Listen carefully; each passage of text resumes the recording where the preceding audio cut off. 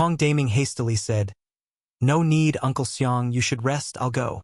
I've rested enough, need to move around a bit. I'm familiar with the place anyway. There's a lot to do as we're reopening, and many customers have made reservations. Waiting to support your reopening? You'll be busy. I can go tomorrow," Xiang Qingde insisted, waving his hand. Kong Daming couldn't argue and had to agree. When Xiang Beifei returned home, he made sure to talk with his grandfather in front of the living room camera, clarifying the reasons for his move, simply stating that he could now make money and didn't want to live there anymore. For a martial artist at the Meridian opening stage, making money to support oneself is too simple. The people surveilling their house, as long as they weren't foolish, would definitely know about Xiang Beifei's current cultivation realm after a little investigation at the school, so no one would doubt this excuse. With that, the other party should head to the new house. Xiang Beifei wanted to see who would dare to install surveillance under his watch. After saying all this, Xiaohei then blocked the camera again. The grandfather and grandson packed everything together at night, and there truly was a lot of stuff in their own home. "We'll need to call a car.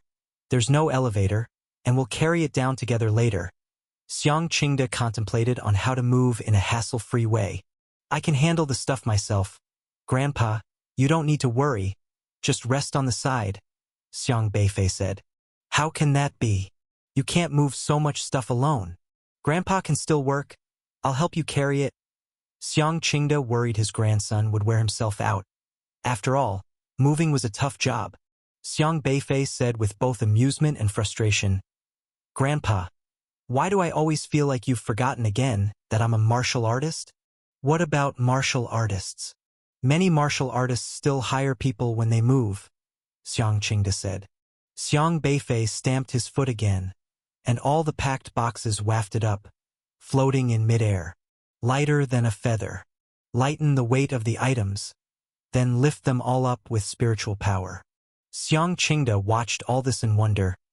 "I didn't even know you had this ability." Xiang Beifei realized he rarely talked about his abilities with his grandfather.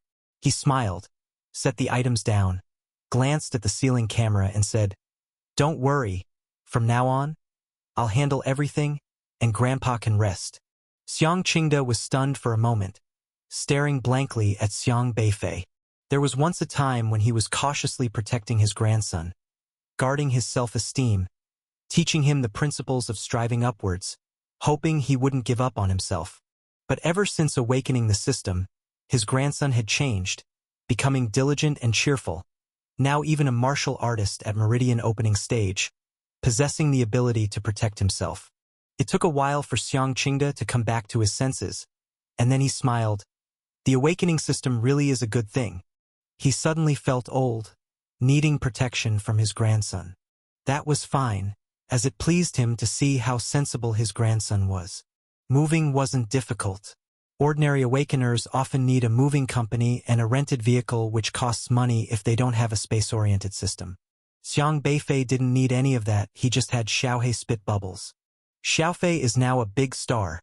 We'll all rely on you in the future," Kong Daming joked. "Being a star must be tiring, right? I heard it involves shooting various films every day," Lu Jiwei said curiously. "That won't do. Xiaofei needs to cultivate," Lu Hong said seriously. Unconsciously, he had started calling Beifei Xiaofei again. In his mind, Xiang Beifei was still a martial artist whose focus should be on cultivation. Chun Xiuqin walked in from outside, laughing. "Not to hide it from you, but these past few days, I can't even count how many calls I've received from agencies. They know I know Xiaofei and keep asking about related commercial activities, offering a lot of money to see if Xiaofei would sign with their company." "What did you say?" Kong Daming asked. "Of course, I said I'd consider it. How can I decide such things? I still need to ask Xiaofei's opinion," Chun Xiuqin laughed. She hadn't agreed directly but also hadn't flat-out refused, always leaving some room for choice for Xiang Beifei. Xiang Beifei pondered for a moment, then said, "I do need to cultivate and don't have time to shoot movies or commercials. But when I have time, I can start a column to teach everyone how to kill desolate beasts, so they don't panic when they face such situations." He needed to use his identity to guide everyone properly. Lu Hong's eyes brightened, nodding, "Yes, Many civilians living in inland cities have a shallow concept of desolate beasts. Most lack crisis awareness. Your idea is good.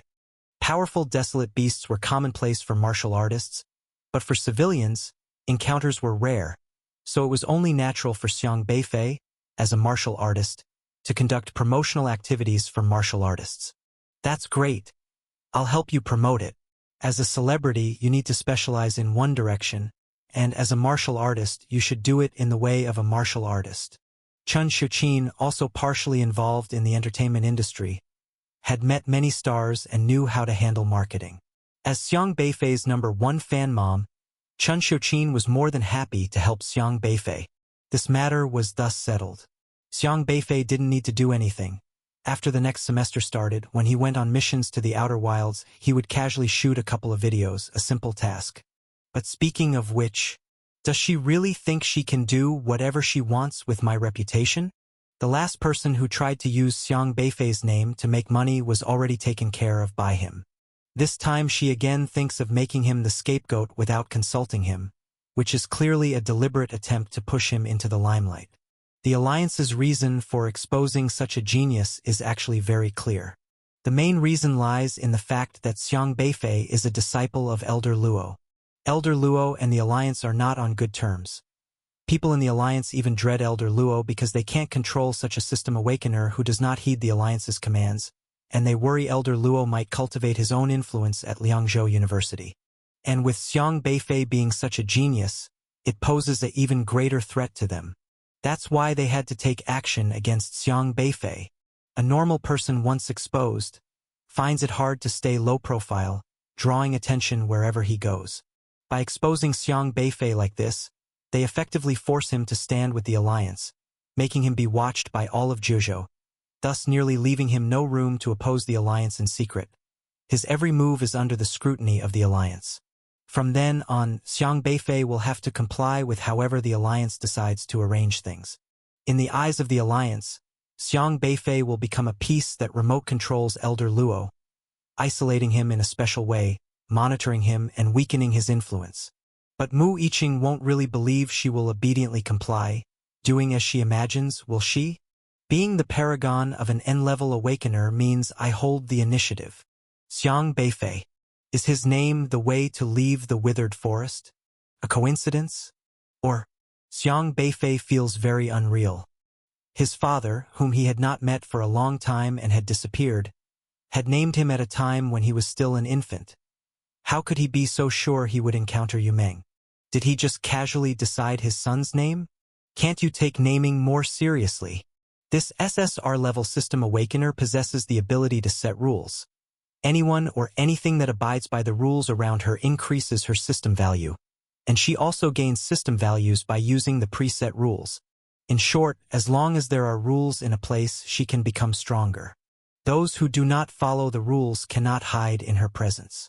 Xiang Beifei looked at Mu Yiqing's system journal, which listed a bunch of issues she dealt with regarding the rules, including one that read, "You have devised the Zhuzhou policy on the selection of SR talents plan, which has been approved by Zhu Yiji, the chief of the Alliance's planning department.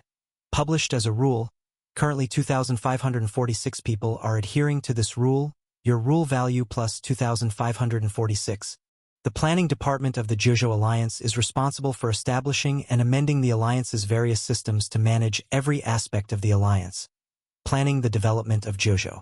Simply put, as a UR level, Zhu Yiji is there to set the rules. Xiang Beifei has only now discovered Zhu Yiji's position within the Alliance. Those who set rules, leading in breaking them too, pulling his own grandson out of prison, that really is miraculous. So say that Mu Yiqing is also one of Zhu Yiji's people. It remains unknown whether she was involved in the matter where Zhu Xinjue, who was meant to receive the death penalty, changed his identity and was reborn to leave the prison. Xiang Beifei soon saw a system log from September. You have revised the regulations regarding SR Awakeners applying for parole. The rule currently only applies to one person, your rule value plus 1. It seems it's pretty much confirmed. Xiang Beifei slightly furrowed his brows. Her system, as long as it's about her own revised rules, can generally add to her rule value based on how many people it constrains. For instance, the last time she participated in revising a regulation regarding the recruitment of students in Juzhou. This regulation directly affected 5 million college entrants in Juzhou. Her system value instantly increased by 5 million. Logically speaking, Mu Yiqing, having this system, should abide by various rules. However, Xiang Beifei soon thought of another question. What are rules? Rules are originally set by people. Since they are set by people, they can naturally be modified by people. The modified rules are still rules, still conforming to her system's judgment. Therefore, the higher she stands in the alliance, the easier it is to hold all the rules in her own hands, and then the so-called abiding by the rules of the word spirit rule system becomes stronger, which actually amounts to acting on a whim. Otherwise, why would they say SSR-level systems are so powerful? Our two schools supported each other in the withered forest and joint-handedly avoided danger, Xiang Beifei said. Then looking at Ren Zhonghai, he added, we also encountered a student from your Qingzhou University on the way. You can just ask him. Yes, we were nearly done for. It was Xiang Beifei and his group who saved me. Afterward, we encountered other school teams and warned them of the danger, but they didn't trust us. Only the Yongzhou University team followed us. Tang He detailed the events, including how they clashed with Yenzhou University, then how they came across Shi Renmei, saw the ghost whiskers of Remnant Visage, were chased and rescued by a team from Liangzhou. After listening, Ren Zhonghai's eyebrows were deeply furrowed. But with Tang He stepping forward, he could only let it go. After all, Tang He was a student at Qingzhou University, and Xiang Beifei was justified in both emotions and reasoning. All 11 of you. Xiang Beifei did not continue to ask aloud, but observed Tang He thoughtfully. Tang He was a normal person, of this there was no doubt, as he had a system interface on him and the system was still pulsating rapidly. His Po Jun Eye system was a reconnaissance-type system, and it could also rapidly identify an opponent's weaknesses, using them to defeat the opponent. Currently, his system log seemed very normal, something that could not escape Xiang Beifei's eyes.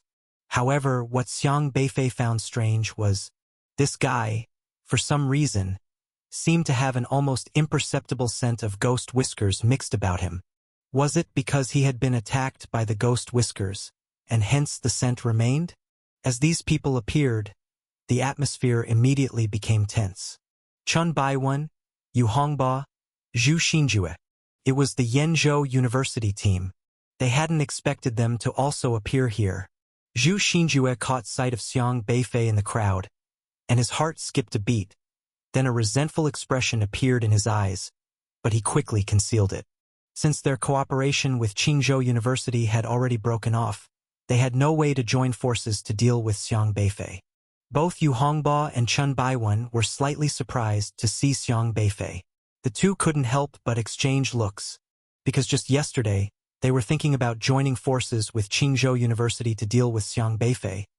But then they didn't find Xiang Beifei. Instead, Ho Chengguo from Qingzhou University had been killed. They hadn't expected to meet Xiang Beifei at this place. Don't panic. He probably doesn't know about yesterday's incident. Chun Baiwen signaled to Yu Hongba and the others with a glance. Without verbal communication, they all understood each other. Yu Hongba steadied his nerves and then spoke. Xiang Beifei, I've long heard of your reputation. I am Yu Hongba, the team leader of Yenzhou University. Chun Baiwen also slightly nodded but didn't speak. Xiang Beifei thoughtfully looked at the people from Yenzhou University, his gaze sweeping over them, then lingering on Zhu Xinjue. After a long moment, he asked, how come you guys are here? After we entered this withered forest and realized something was off, we then ran up this mountain. The situation outside is pretty bad. Did you just encounter those bizarre tree people as well? Yu Hongba asked. That's right. Xiang Beifei responded calmly. Are you all right? Yu Hongba asked. Not too bad. Xiang Beifei looked at Tang He in the back. Tang He belonged to Qingzhou University, and their team's situation now seemed quite grim. Xiang Beifei had only spoken a single sentence. Yet, this casually spoken sentence had infuriated Wang Zhe. He was clearly an expert in the orifice transforming phase, but the fact that he hadn't taken down a novice in the god-refining phase in short order was already a great disgrace to him. To his surprise, the opponent even remarked, Somewhat impressive? He only thought it was somewhat impressive? This was a blatant provocation. You'll see something even more impressive soon. Boy, I will smash every bone in your body and then dig out your heart.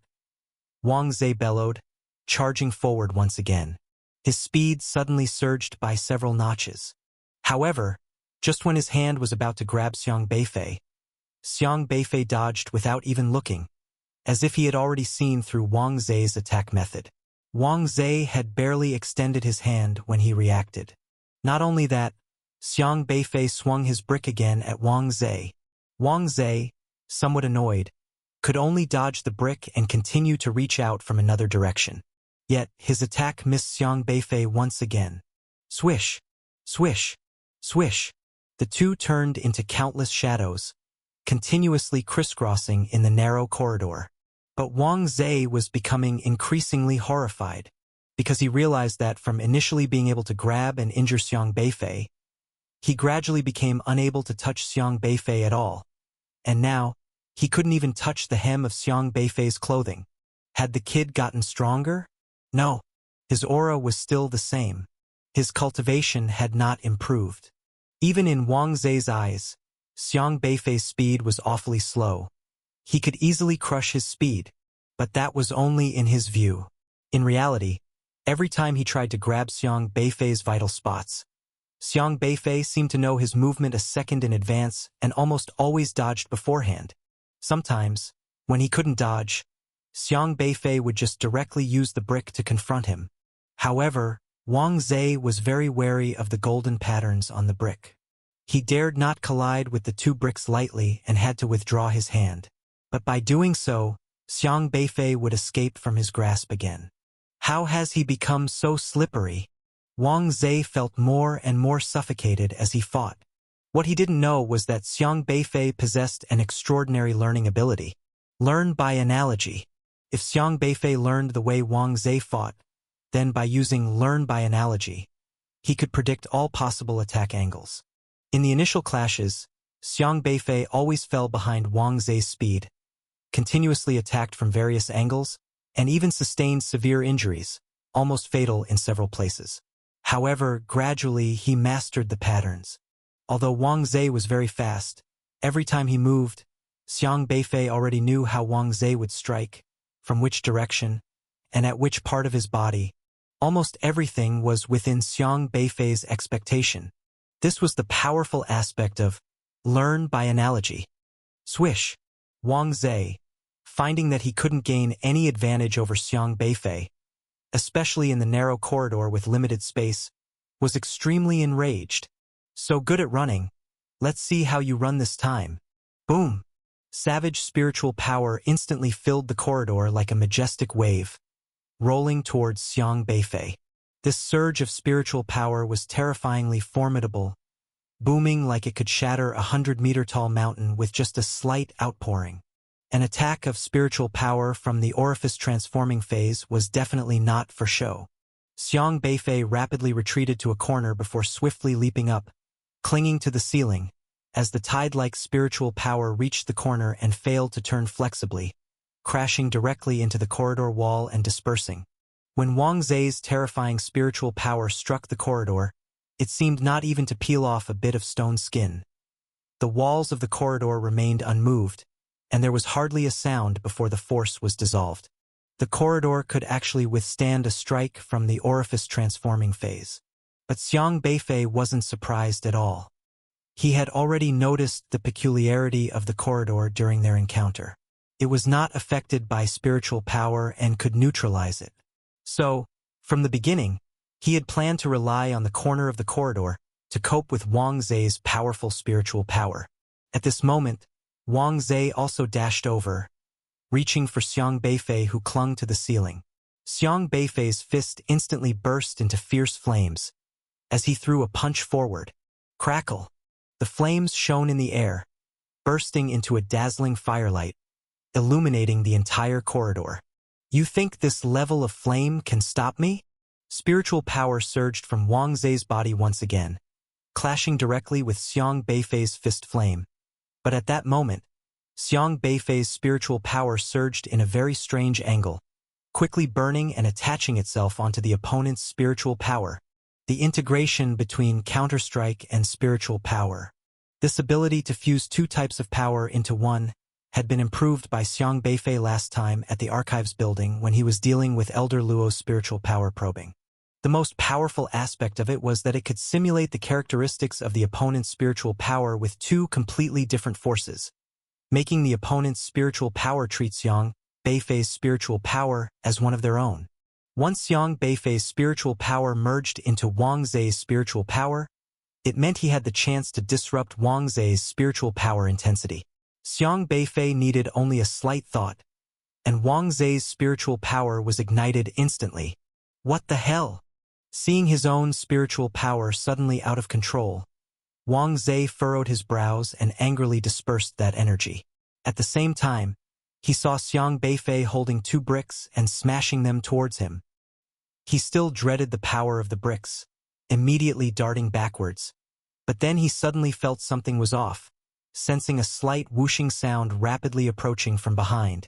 Suddenly, thump, just like that, Wang Zhe was inexplicably struck in the back of his head by two bricks.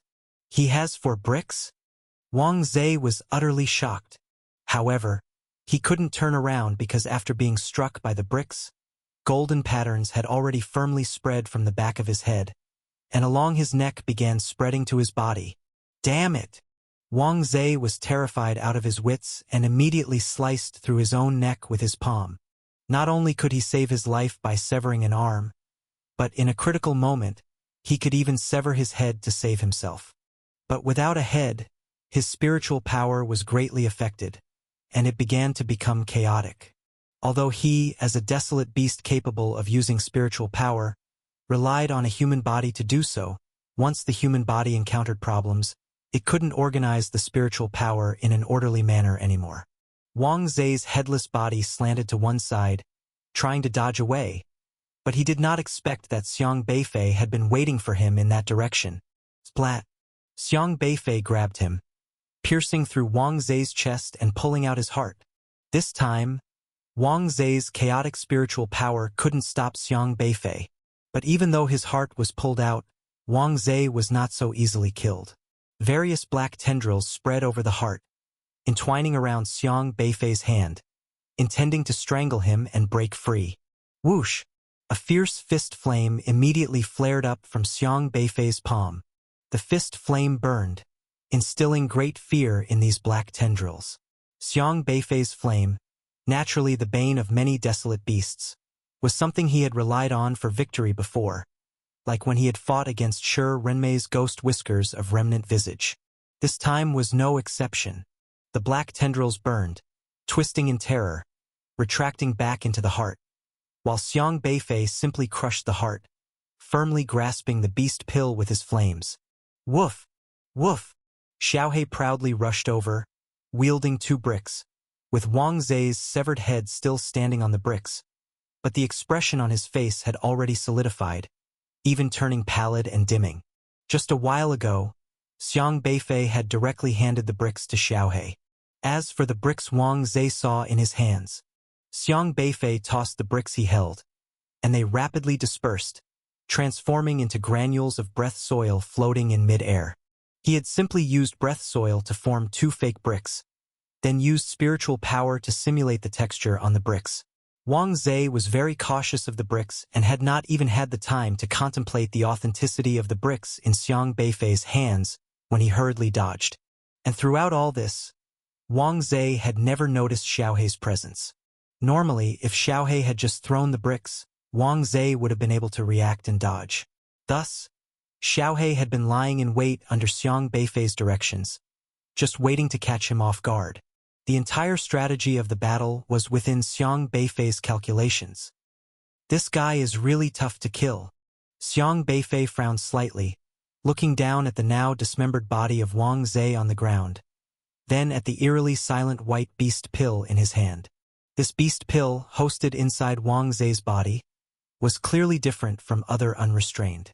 Last time he fought Hua Jiyue, it wasn't this difficult, and she had not shown any tendrils.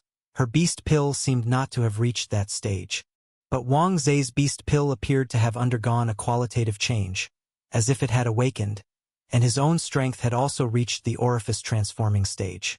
Could it be that all the ghost whiskers of remnant visage beast pills implanted in the bodies of the unrestrained go through some process before they turn out like this? And could the ultimate result of this process be like Wang Zhe, who appeared human but still retained the traits of ghost whiskers? Can't worry about that now. Blood altar. Xiang Beifei firmly bound the beast pill with return to the original state and then quickly turned and ran towards the cave. But everyone understands that such a situation exists because the N-level system is simply ludicrous. The system tasks issued defy logic, lacking potential. A good system can enable you to apply the knowledge you've acquired more adeptly, but with a ridiculous system like the N-level, no matter how much knowledge you've acquired from books.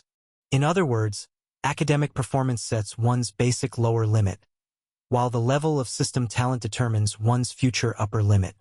In the system world, high academic scores only mean that you have a deeper understanding of this world than the average person, but it doesn't mean your future achievements will be higher than others. If a person were likened to a tree, then an awakened system is like the fertilizer that helps nurture this tree. The fertilizer produced by an N-level system can at most make this tree grow to 1 meter, but an R-level can make it grow to 10 meters, and an S-level can make it grow to 100 meters. As for SR and SSR levels, needless to say, they are enough to cultivate a person into a towering tree. And the 9 elite universities are, as their name implies, geared towards nurturing students with high future potential. What a pity for such a good sprout. Even an R-level system would have been fine.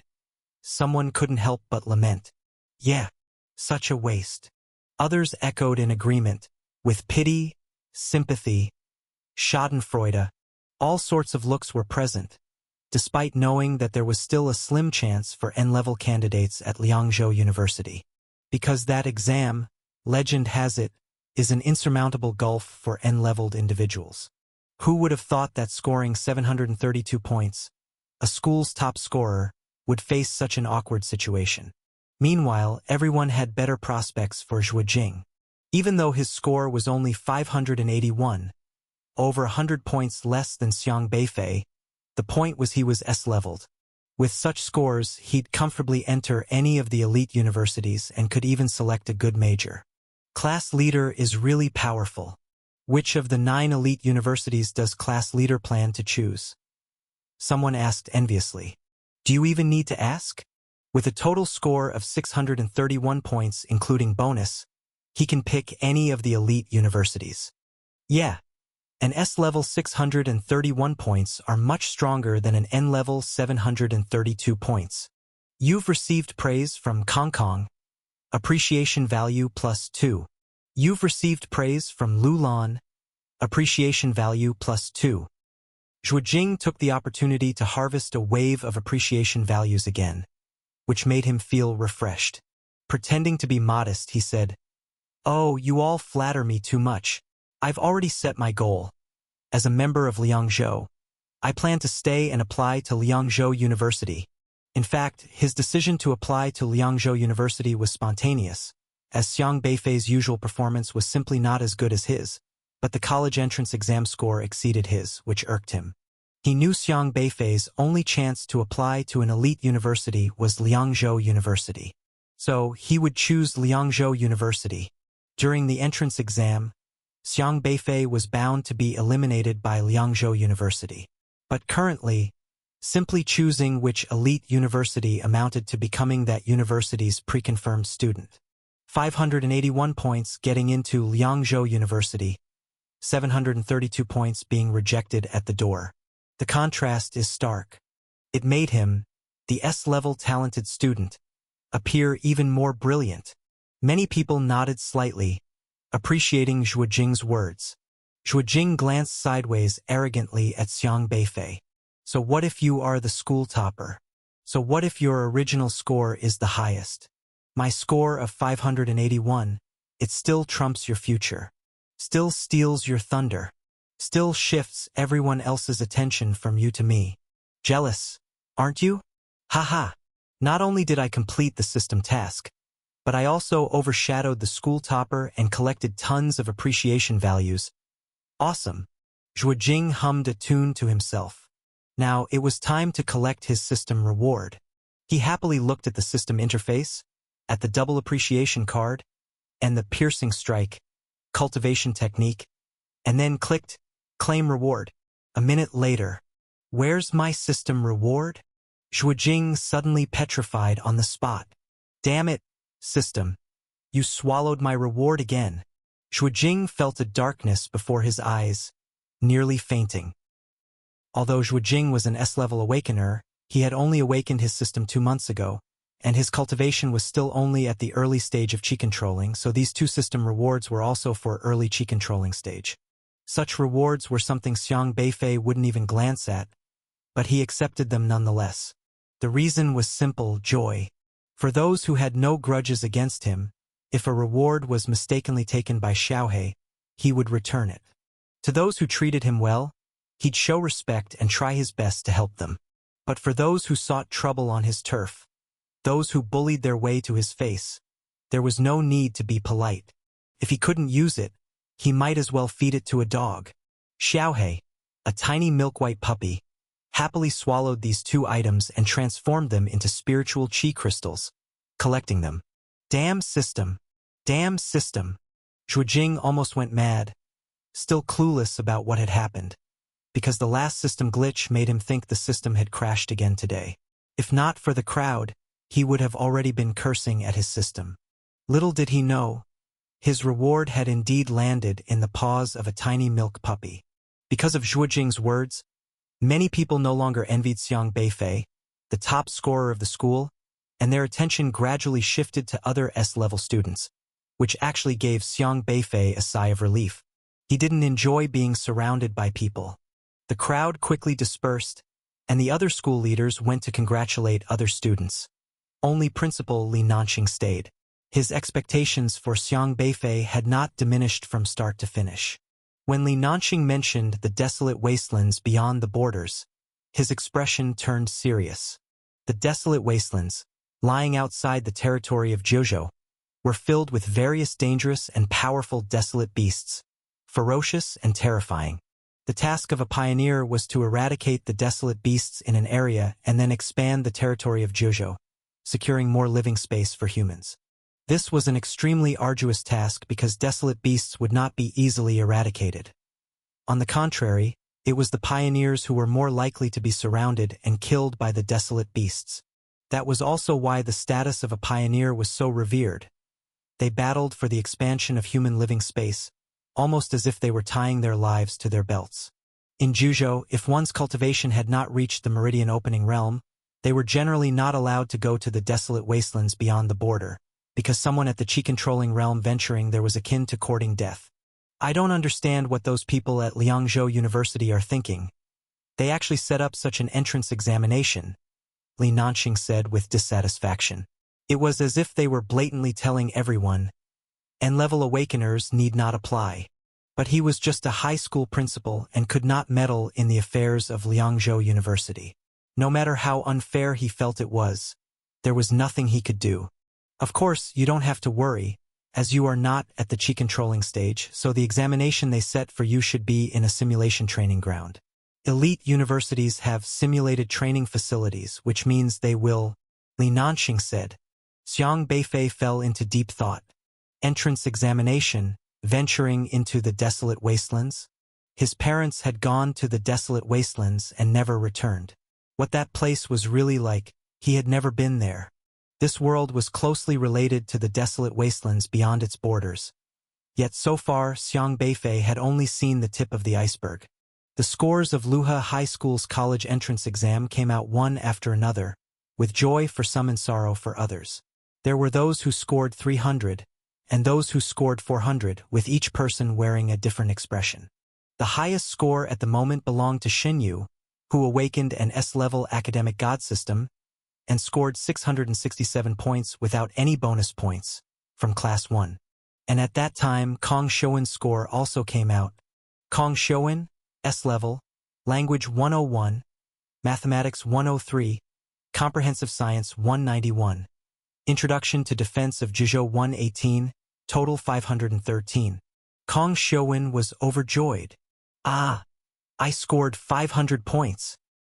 He desperately tugged at his hair, which he had been diligently collecting and exchanging for system rewards to enhance his intelligence, just to score 500 points. Finally, his efforts had paid off. 513 plus 50 points, 563 points, which was completely no problem for getting into an elite university. Congratulations, Xiang Beifei said. Thanks. I didn't expect to outperform myself. Kong Xiuwen was very excited, but soon he suppressed his excitement and asked, How confident are you? Last time you said we would go to Liangzhou University together. I've done my part, now it's your turn. Don't let me down. Let's wait for the results to come out, Xiang Beifei said. Son, you did it. A plump, middle-aged man squeezed through the crowd. His substantial figure pushed through the crowd with ease, and he excitedly embraced Kong Xiuwen, almost knocking him over with his round belly. This was Kong Xiuwen's father, Kong Daming. Host, Kong Daming. S-grade, gluttonous feast system. Realm, early meridian opening. Kong Daming ran a food service business, possessing culinary skills that turned something as simple as a head of cabbage into a mouth-watering delicacy. Dad, have some restraint, some restraint. Kong Xiuwen cradled his belly, which had been hurt from the bumping, but he couldn't hide his own excitement either, allowing his father's hefty palm to rub back and forth over his head. Uncle Kong, hello? Xiang Beifei greeted him politely. Ha. Good. Xiaofei, it's been so long since I've seen you. Kong Daming laughed heartily and turned his head to greet Xiang Qingde. How's the old master doing? Quite well. Congratulations, Daming. Xiang Qingde forced a smile. Ha. Thank you, my Xiuwen has become someone noteworthy. Oh, by the way, has Xiaofei gotten his test results yet? Kong Daming asked. Should be pretty soon. The image of that test paper with a score of 43 flashed through Xiang Qingde's mind, and he let out a silent sigh. Xiaofei, you've got to work hard. You two have been playing together since you were kids and have always been in the same class. I hope you can attend the same university too, Kong Daming said cheerfully. I hope so. Xiang Qingde could only respond verbally, his heart sighing yet again. Kong Xiuwen was an S-grade awakener and could get into a top university with just a 500-point score. But for Xiang Beifei, an N-grade with such poor results. Ha. That's fantastic. To celebrate my son getting such good scores, I'm not going to do business tonight. We're having a celebration banquet just for you. Elder, you must come too. Kong Daming and Xiang Tianxing used to be classmates. After Xiang Tianxing met with misfortune, he often looked after the grandfather and grandson, always telling them to eat at his restaurant free of charge. However, Xiang Qingde and his grandson seldom went there. Though their income was not high, they did not want a freeload. Kong Daming understood this, so he changed his approach and often sent some meat to Xiang Qingde's home for them to cook themselves. To avoid giving Xiang Qingde a psychological burden, he would symbolically charge a token price, the cost of cabbage. Recently, during Xiang Beifei's college entrance examination period, Xiang Qingde bought the nutritional ingredients needed to fortify the body from Kong Daming. Congratulations. Well done, Kong Xiuwen. I knew you had potential. Yang Hua arrived in time, loudly praising Kong Xiuwen. Kong Xiuwen also brought him a teacher's prestige value of 563. Quite a high earning indeed. Kong Xiuwen wasn't fond of Yang Hua. Before his awakening system awoke, he and Xiang Beifei were both the subjects of criticism. After his awakening, Yang Hua's attitude toward him did a complete turnaround. Kong Xiuwen was an outspoken person and didn't like people like Yang Hua. But Kong Daming wasn't privy to these details. With the teacher offering congratulations, he naturally responded courteously, Ha. Thank you, Professor Yang. We should be thanking you for your cultivation. Not at all. I've always seen Kong Xiuwen as a student brimming with potential, destined to do great things. I'm not surprised in the slightest at his achievement, Yang Hua said with a smile. Kong Xiuwen rolled his eyes all the while. Cultivation, my ass. He scored so high entirely because of the help from his system and his own late-night studying efforts. nothing to do with Yang Hua. If he hadn't awoken an S-grade system, Yang Hua would probably have a different narrative. Such a fair-weather person is probably the best description of him. Yang Hua glanced at Xiang Qingde and his grandson, and then said to Kong Daming, "Excellent students should be like Kong Xiuan, diligent and hard-working, not lacking in ambition. But the company one keeps is also important. The excellent ones should be together with those who are even more successful." I've said this to Kong Xiuan before. Kong Daming, usually busy with his business, didn't quite understand Yang Hua's implication and asked, "What do you mean, Professor Yang?" "Nothing much, just speaking my mind. With Kong Xiuan's current grades, getting into a top university won't be a problem. He'll be able to be with even more successful people in the future. Your son is bound to be successful. Congratulations. I need to check the scores of other students as well, so I won't disturb you and your son's celebration," Yang Hua said, waving his hand dismissively, not bothering further with Xiang Qingde and Xiang Beifei and ignoring them completely. "Don't let that guy's words get to you. You can definitely do it," Kong Xiuan said, coming over to cheer Xiang Beifei on. In the cave, Keishi remained glued to the entrance, cautiously keeping an eye on the noises outside. After a while, he turned his head, looking at Era, who was sprawled on one side, and inquired, "How should I address you?" Keishi had a very deep impression of Era. Initially, when he was unknowingly sent by Zhu Yiji to assassinate Xiang Beifei, whom he mistook for a member of the Unrestrained, he was bewildered by this guy's fly swatter. Now that Xiang Beifei was not around, he and Era were in charge of protecting these people. Naturally, he wanted to get to know him better for easier communication later. "Oh, woo." Era lifted his head and said lazily. Keishi couldn't understand at all what he was howling. However, he knew that this big fellow understood human nature and probably got his meaning. "Can you write down your name based on our script?" Keishi asked. Although Era couldn't speak human language, he had no trouble understanding it. He tilted his head in thought, then extended his tail. A sharp blade burst from it, and he began etching his name on the ground. But after writing wooden, just as he was about to continue with Kirin, he suddenly paused. Kirin had too many strokes. He had forgotten how to write these two characters. Well, human script wasn't essential for him. Comprehending it was good enough. Era carelessly drew 2 crosses after wooden, deciding it would suffice for his name. "Wooden XX?" Su Hongkai squinted at the writing before finally asking. "Oh, woo. You're the Wooden XX. Your whole family is Wooden XX." Era glared. His tail swelled, whooshing through the air with a threatening sound. If it weren't for the need to protect these people, he would have slapped down already. Sorry. Su Hongkai hurriedly apologized. Era's drawn crosses were not standard, looking just like 2 tens. Su Hongkai's first thought was how odd a name it was. "This? Wooden? Can you sense Captain Xiang?" "Oh, woo." The Wooden Kirin lazily clapped his tail, appearing quite at ease, not panicked in the least. Keishi couldn't make heads or tails of what the Wooden Kirin was saying. The language barrier was quite troublesome.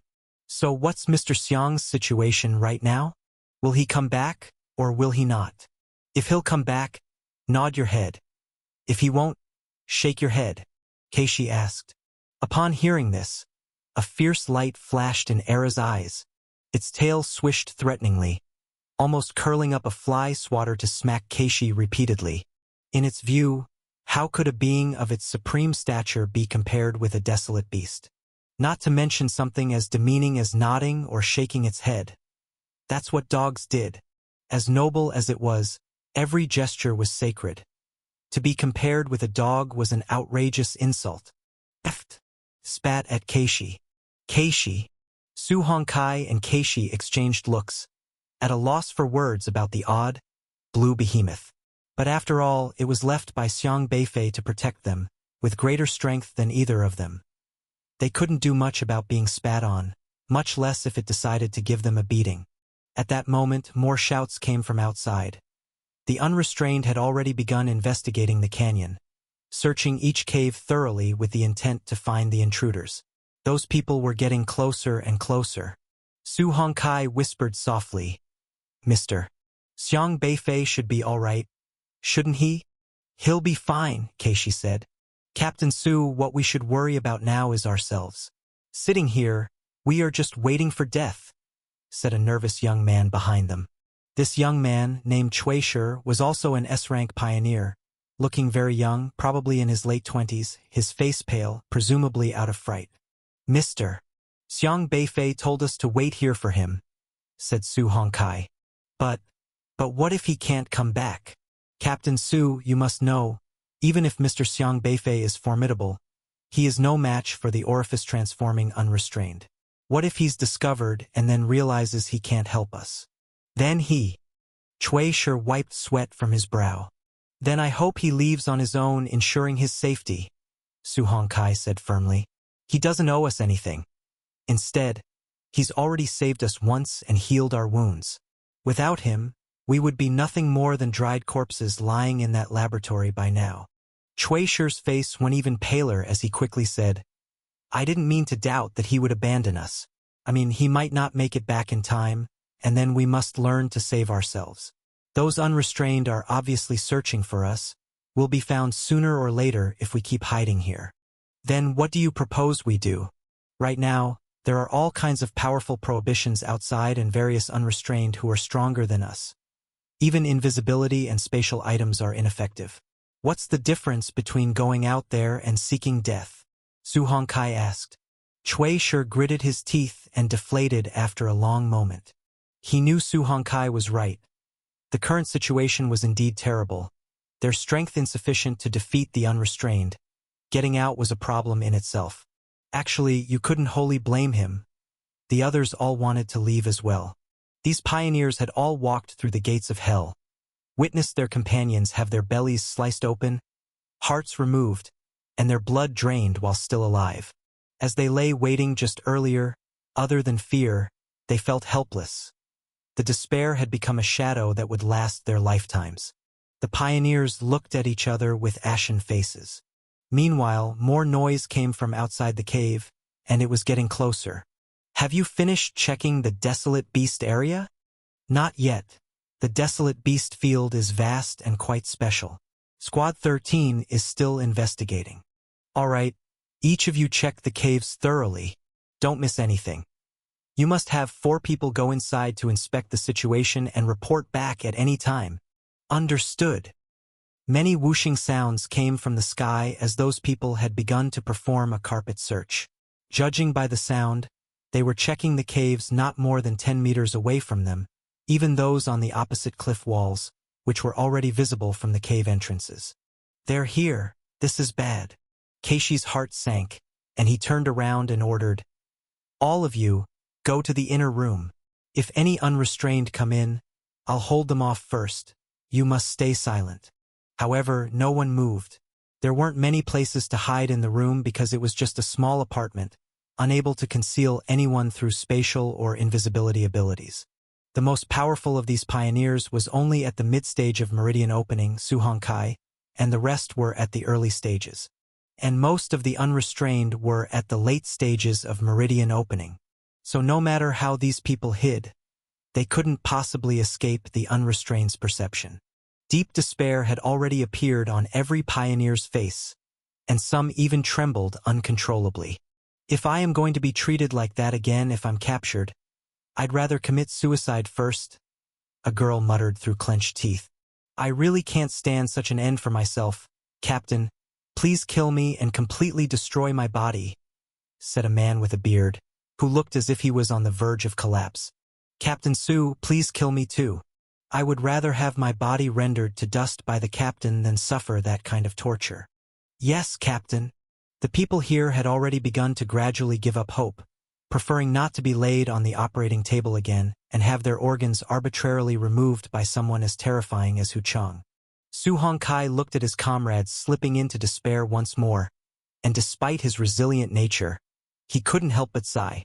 He understood these people, and he even knew that this was the worst-case scenario, as well as a more dignified way to die. But if he dealt with this person's body, who would take care of his own body when he died? Air of despair pervaded deeply, as everyone had given up the will to live. Ao Wu. The wooden Kirin straightened its back and roared mightily at the group. Its formidable presence weighed on these people on the brink of extinction, causing them to involuntarily startle. Until now, they did not understand what this desolate beast was because they had never seen such a beast before. They assumed it was a system guardian left behind by Xiang Beifei, so they dared not ask too many questions.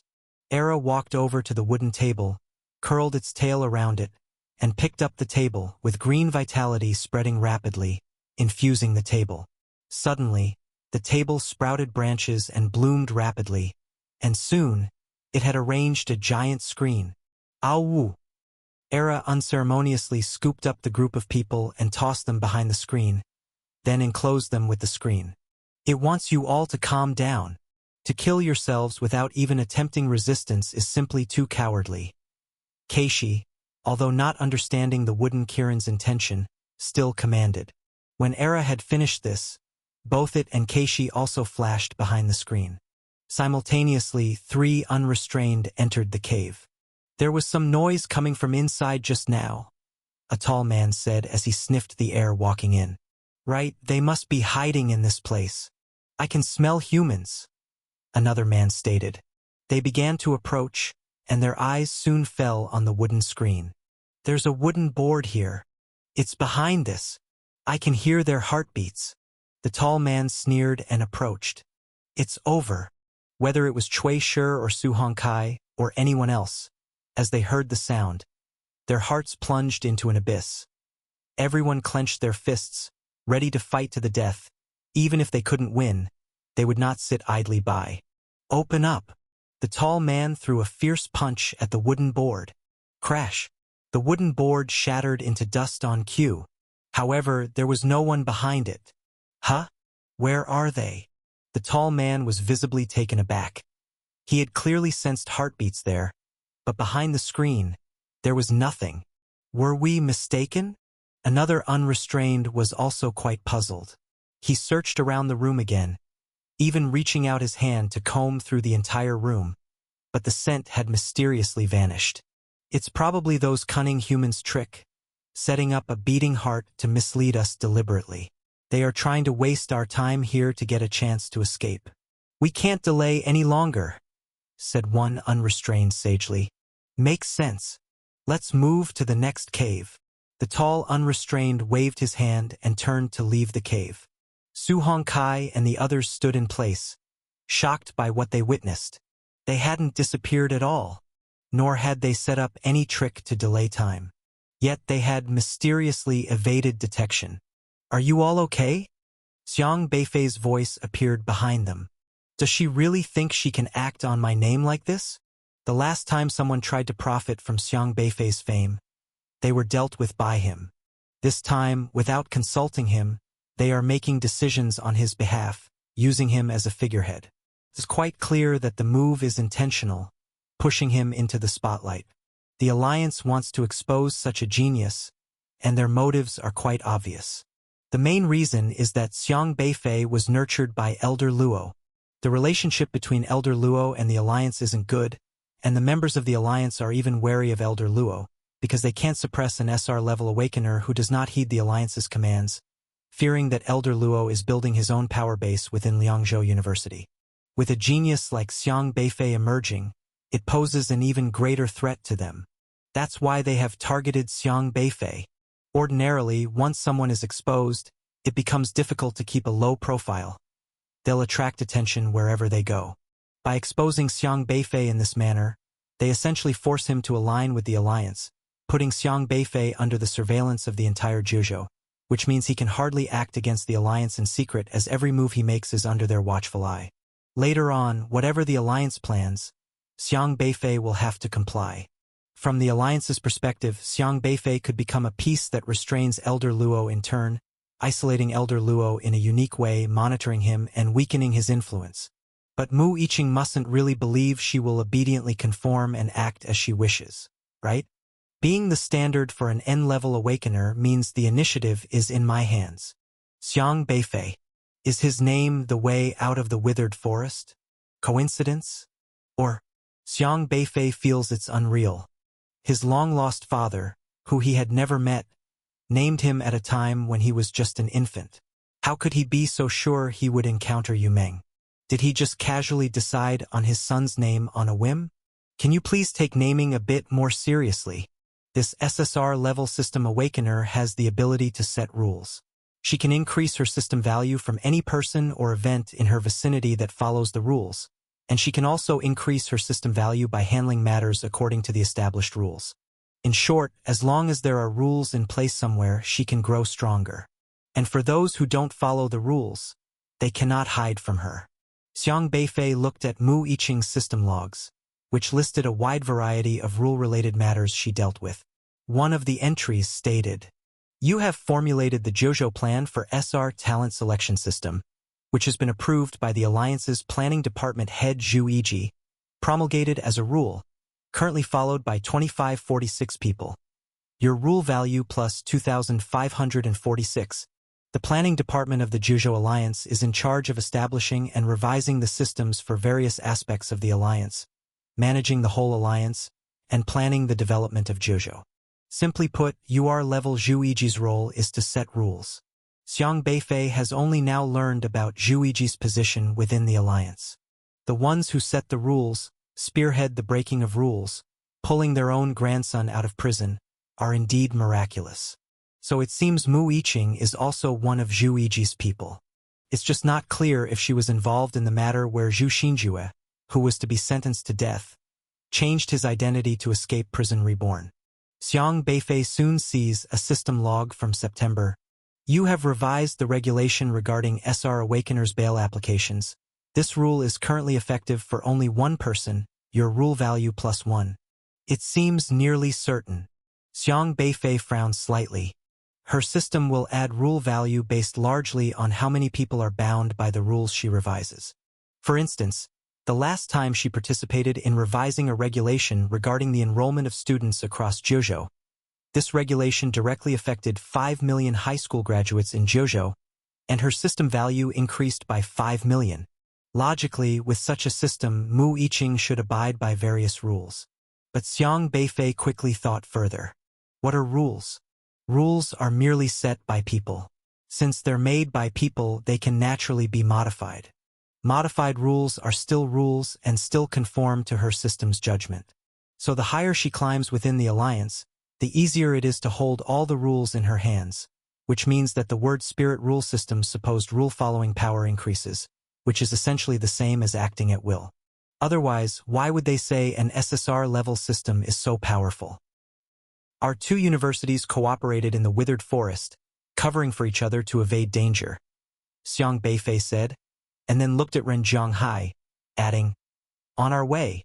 We also ran into a student from Qingzhou University. Feel free to ask him." "Yes, we nearly fell, but it was Xiang Beifei and his people who saved me. Then we encountered teams from other schools one after another, warning them of danger, but they didn't trust us. Only the team from Yongzhou University followed us." Tang He recounted in detail how they clashed with Yenzhou University, how they met Shi Renmei, how they saw Ghost Whiskers, how they were chased, and how they were rescued by the Liangzhou team. After listening, Ren Zhonghai's brow was deeply furrowed as well. But with Tang He stepping forward, he had no choice but to desist. After all, Tang He was a student from Qingzhou University, and according to both emotion and reason, Xiang Beifei, "All 11 of you." Xiang Beifei didn't ask out loud again but looked thoughtfully at Tang He. Tang He was a normal person, there was no mistaking that, for he had a system interface and the system was still rapidly flickering. His Jipajun Eye system was a type of investigative system, capable of quickly identifying an opponent's weak points and exploiting them to defeat the opponent. The current system log displayed everything as normal, something that couldn't escape Xiang Beifei's eyes. But what puzzled Xiang Beifei was, this guy, for some unknown reason, seemed to faintly mix in a trace of the ghost mustache of Remnant Visage. Was it because he had encountered an attack from the ghost mustache of Remnant Visage, so its essence lingered on him? The atmosphere turned off as soon as these few people showed up. Chun Baiwen, Yu Hongba, Zhu Xinjue. It was the team from Yenzhou University. Unexpectedly, they had also appeared here. Zhu Xinjue caught sight of Xiang Beifei in the crowd and his heart skipped a beat, Then his eyes revealed a resentful expression, but he quickly concealed it. Because currently, their alliance with Qingzhou University had collapsed, and there was no way to join forces against Xiang Beifei. When Yu Hongba and Chen Baiwen saw Xiang Beifei, they too were slightly startled. The two couldn't help but exchange glances. Just yesterday, they had been thinking about joining forces with Qingzhou University to deal with Xiang Beifei, but then Ho Chenggu from Qingzhou University ended up dead, and they couldn't find Xiang Beifei. They also hadn't expected to encounter Xiang Beifei in this place. Don't panic. He probably doesn't know about yesterday's events. Chen Baiwen gave a look to Yu Hongba and the others, and without speaking, they all understood. Yu Hongba composed himself and said, Xiang Beifei, I've heard a lot about you. I am Yu Hongba, the captain of the Yenzhou University team. Chen Baiwen also nodded slightly but didn't say anything. Xiang Beifei looked thoughtfully at the people from Yenzhou University, his gaze sweeping over them and then over to Zhu Xinjue, and after a long while, he said, How did you end up here? After we entered this withered forest, we realized something was amiss, and then we made our way up to this mountain. The situation outside is pretty bad. Did you also encounter those eerie tree people just now? Yu Hongba asked. That's right, Xiang Beifei said calmly. Are you all okay? Yu Hongba asked. Not too bad. Xiang Beifei glanced back at Tang He. Tang He was from Qingzhou University, and their team's situation looked very dire now. When Tang He saw Yu Hongba and the others, he too showed a look of alarm. He hadn't expected to run into people from Yenzhou University. After all, their Ho Chenggu from Qingzhou University had died at the hands of Zhu Pengfei, but now he dared not say much. He was just an SR-class awakener in the late phase of Qi controlling, without any teammates around, no match for the people of Yenzhou University. How long have you been in this withered forest? Xiang Beifei asked. We came in last night, Yu Hongbo replied. Last night? You've been here almost a day. Xiang Beifei was surprised. Yes, we came here last night. Yu Hongba no longer harbored thoughts of contending with Xiang Beifei. On the contrary, he even had a hint of willingness to act alongside Xiang Beifei, because their team was currently in a very desperate situation. This place was too eerie. They were trapped and couldn't find a way out. Upon seeing Xiang Beifei, hope rose in Yu Hongba's heart. Xiang Beifei was strong. Perhaps he had a way. Then, are you okay? Xiang Beifei asked. One of our people had an accident, Yu Hongba said gravely. Currently, only 4 people remained in their team. You've been on this mountain since last night until now? Xiang Beifei asked. No, it wasn't like that at first. We were walking through the withered woods, but then suddenly it got dark and something felt off, so we ran up the mountain and found those stray ants didn't dare to follow. We breathed a sigh of relief. We weren't on this mountain at first, but on another one. Are you that N-level awakener, Xiang Beifei? Chen Baiwen's face didn't look good as he faced Xiang Beifei. Actually, he really didn't want to come up because Ho Chenggu had lost inexplicably earlier, and he hadn't seen clearly how Ho Chenggu lost. If he were to lose to an N-level student, his reputation would almost be ruined overnight. However, if he didn't come up to fight Xiang Beifei, he would be even more likely to be seen as a coward, indirectly proving that he, a formidable SSR-level awakener, was afraid of an N-level. In that case, Xiang Beifei would essentially win without a fight. After all, like Ho Chenggu, he looked down on Liangzhou University for recruiting N-level students and was persuaded by other universities not to go to Liangzhou University. Since Chen Baiwen chose to give up on Liangzhou University initially, it implied he was an SSR-level awakener with a very high opinion of himself. How could he not prove himself? Xiang Beifei simply watched Zhu Xinjue calmly, but a murderous intent flashed in his eyes. Last time he hadn't killed this guy who was obviously coming to kill him. This time he must kill Zhu Xinjue. However, just as he finished speaking, he felt his knees buckle, and with a snap, he suddenly knelt down in front of Xiang Beifei. Zhu Xinjue and the others were also stunned. Ho Chenggu, what are you doing? Chen Baiwen asked in astonishment. Ho Chenggu himself was shocked by his own action.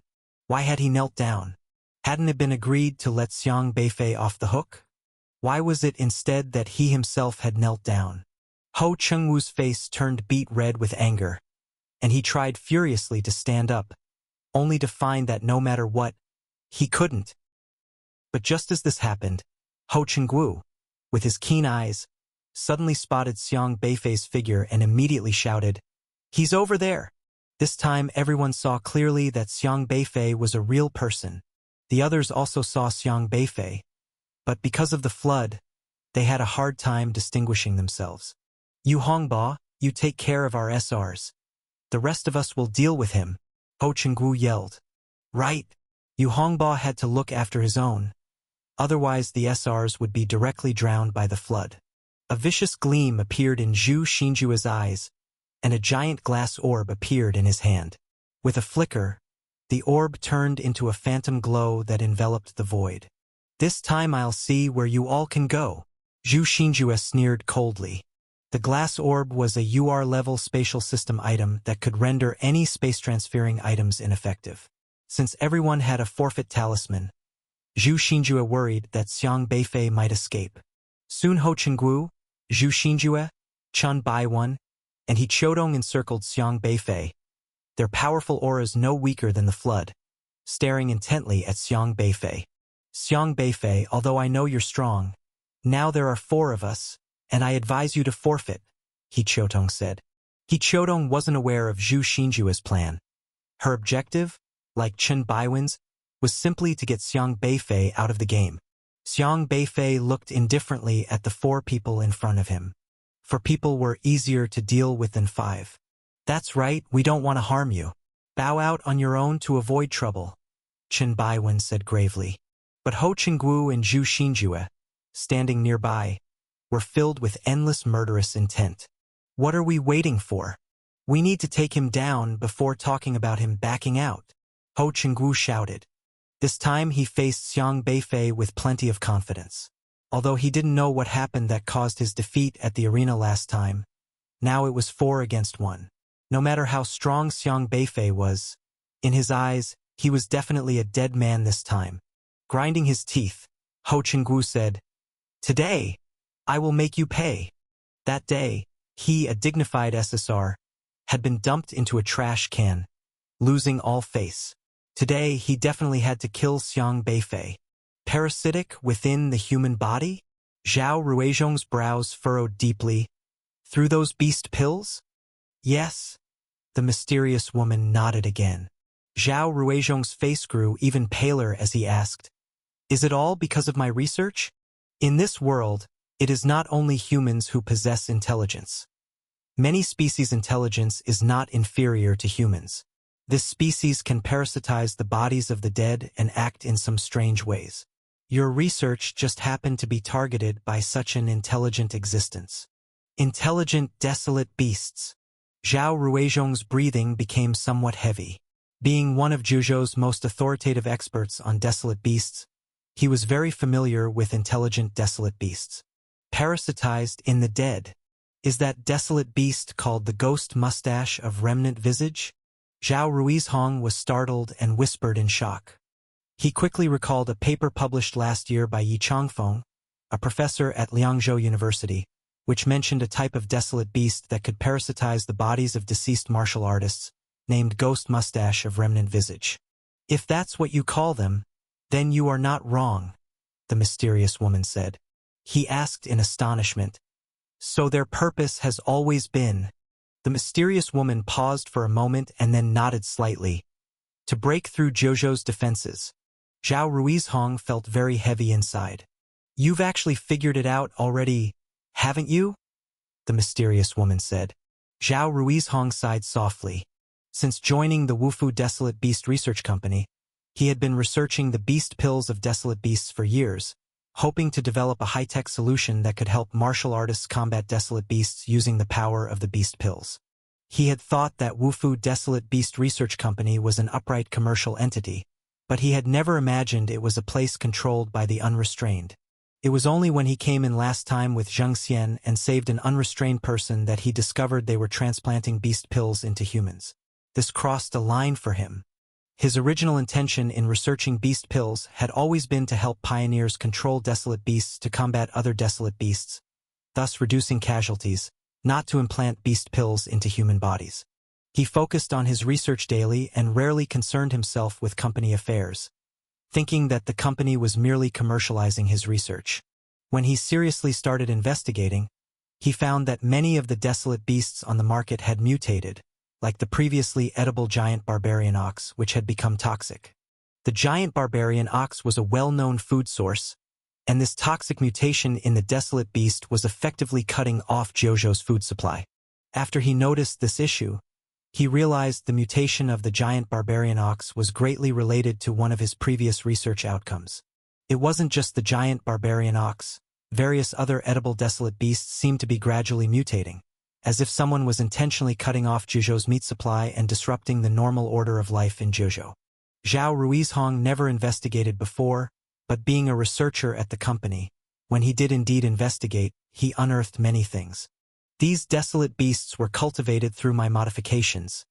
I must destroy them and prevent them from making the outside desolate territories more dangerous. Zhao Ruizhong glanced at the ghost bear that had been killed beside him, gritted his teeth and stood up again. But he staggered a few steps and almost didn't catch his balance, nearly falling over. "I can't attend to your injuries," the mysterious woman said. "It's okay. I can hold on." Zhao Ruizhong took a deep breath. He himself had dug this hole, and it was his responsibility to fill it back up. At that moment, the mysterious woman suddenly noticed something, looked up at the tree hollow, and exclaimed in surprise, "Hold on. I sense a change in the atmosphere here." "What has changed?" Zhao Ruizhong was alarmed. But the mysterious woman had already walked out of the tree hollow and into the forest, staring at the empty woods. She kept staring at that spot, lost in thought, seemingly puzzled. After a while, she finally said, "I can feel your temperature." "Interesting." Next to the trunk of a tree ahead, a ripple echoed through the air. Xiang Beifei, his hands in his pockets, leaned casually against the tree trunk, watching the two figures in front of him. Zhang Xian. Zhao Ruizhong was also very surprised to see Xiang Beifei appear. "Dr. Zhao." Xiang Beifei still decided to interact with Zhao Ruizhong as Zhang Xian, as that identity would save him time, given the many questions he had for Zhao Ruizhong. Seeing Xiang Beifei, Zhao Ruizhong's eyes showed a guarded expression. "Are you here to capture me?" "That depends on the situation," Xiang Beifei said. "On the situation? For example, who is standing beside you? What kind of desolate beast is that?" Xiang Beifei stared at the hooded woman. At least he thought it was a woman, given her silhouette and actions were similar to those of a regular woman. However, there was no system interface above this person's head. This was not a system awakener of Jojo. But she could talk, walk, and even had a pleasant voice, which made Xiang Beifei pay close attention. Clearly, it was this individual who had brought Zhao Ruizhong into Tranquil Domain. Zhao Ruizhong furrowed his brows, speaking in a deep voice. "Zhang Xian, you must stop the experiments you are currently conducting, or the consequences will be unimaginable." "The experiments I'm conducting? You have no idea who Lin Long and the others really are," Zhao Ruizhong exclaimed. "Perhaps I do know?" Xiang Beifei said. "You know?" Zhao Ruizhong paused slightly, then shouted lower. "If you know, then why are you still helping them?" "I have my reasons." Xiang Beifei was unconcerned with Zhao Ruizhong's words. What he was more interested in was this woman. The aura emanating from her was different from Lin Long's group. Whether it was Lin Long or Qin Hongyi, each of them at least had a system interface. But this individual before him had not a single system interface. She was somewhat like Shi Renmei and Broken Throat, yet she clearly lacked their distinctly prominent aura. Definitely not a ghost mustache of remnant visage. Then what was she? Xiang Beifei was very curious. At that moment, a disturbance came from the sky, and soon a powerful roar swept through, the white light blooming in the forest, instantly splitting the woods apart. Boom! The furious blast echoed around. The entire forest had been completely leveled. "Dr. Zhao, You made it very hard for me to find you, Qin Hongyi said in a grim tone, appearing above the forest. Swish, swish, swish. The commotion here attracted many people, countless unrestrained rushing through the air towards this place, swiftly surrounding them all. Zhang Xian, what are you doing here? Lin Long was also quite surprised when he saw Xiang Beifei. He remembered that according to the schedule reported today, Xiang Beifei should have been at Liangzhou University. He didn't understand why he would come here. But before Xiang Beifei could speak, Lin Long's expression darkened and said, I see, Dr. Zhao. Did you deliberately bring Zhang Xian here? Oh. Xiang Beifei slightly raised his eyebrows. Lin Long spoke sternly to Xiang Beifei. Zhang Xian, you cannot trust anything Dr. Zhao says. He is merely sprouting nonsense out of jealousy of your abilities to slander the company. He hadn't discussed related matters with Xiang Beifei yet and was very worried that Zhao Ruizhong's words had altered Xiang Beifei's plans, which he then would have to use control measures, something he least wanted to do. Zhao Ruizhong, seeing that Lin Long and Qin Hongyi had arrived, felt his heart sinking even further. He was already injured, and now being cornered by these two. His situation was even more desperate. Cough, cough. Zhao Ruizhong coughed a couple more times, looking increasingly discomfort, as Qin Hongyi's previous attack had been too severe, and he seemed unable to hold on much longer. At that moment, as if he had made a decision, he lifted his head to look at Xiang Beifei. Zhang Xian, I'm sorry. Zhao Ruizhong let out a slight sigh. Then suddenly his body burst forth with the last of his strength, transforming into a phantom as he rushed towards Xiang Beifei. He knew that he might not be able to leave here today, and he had no time to explain to change Zhang Xian's mind now that Lin Long and his group had arrived. He could only prepare for the worst.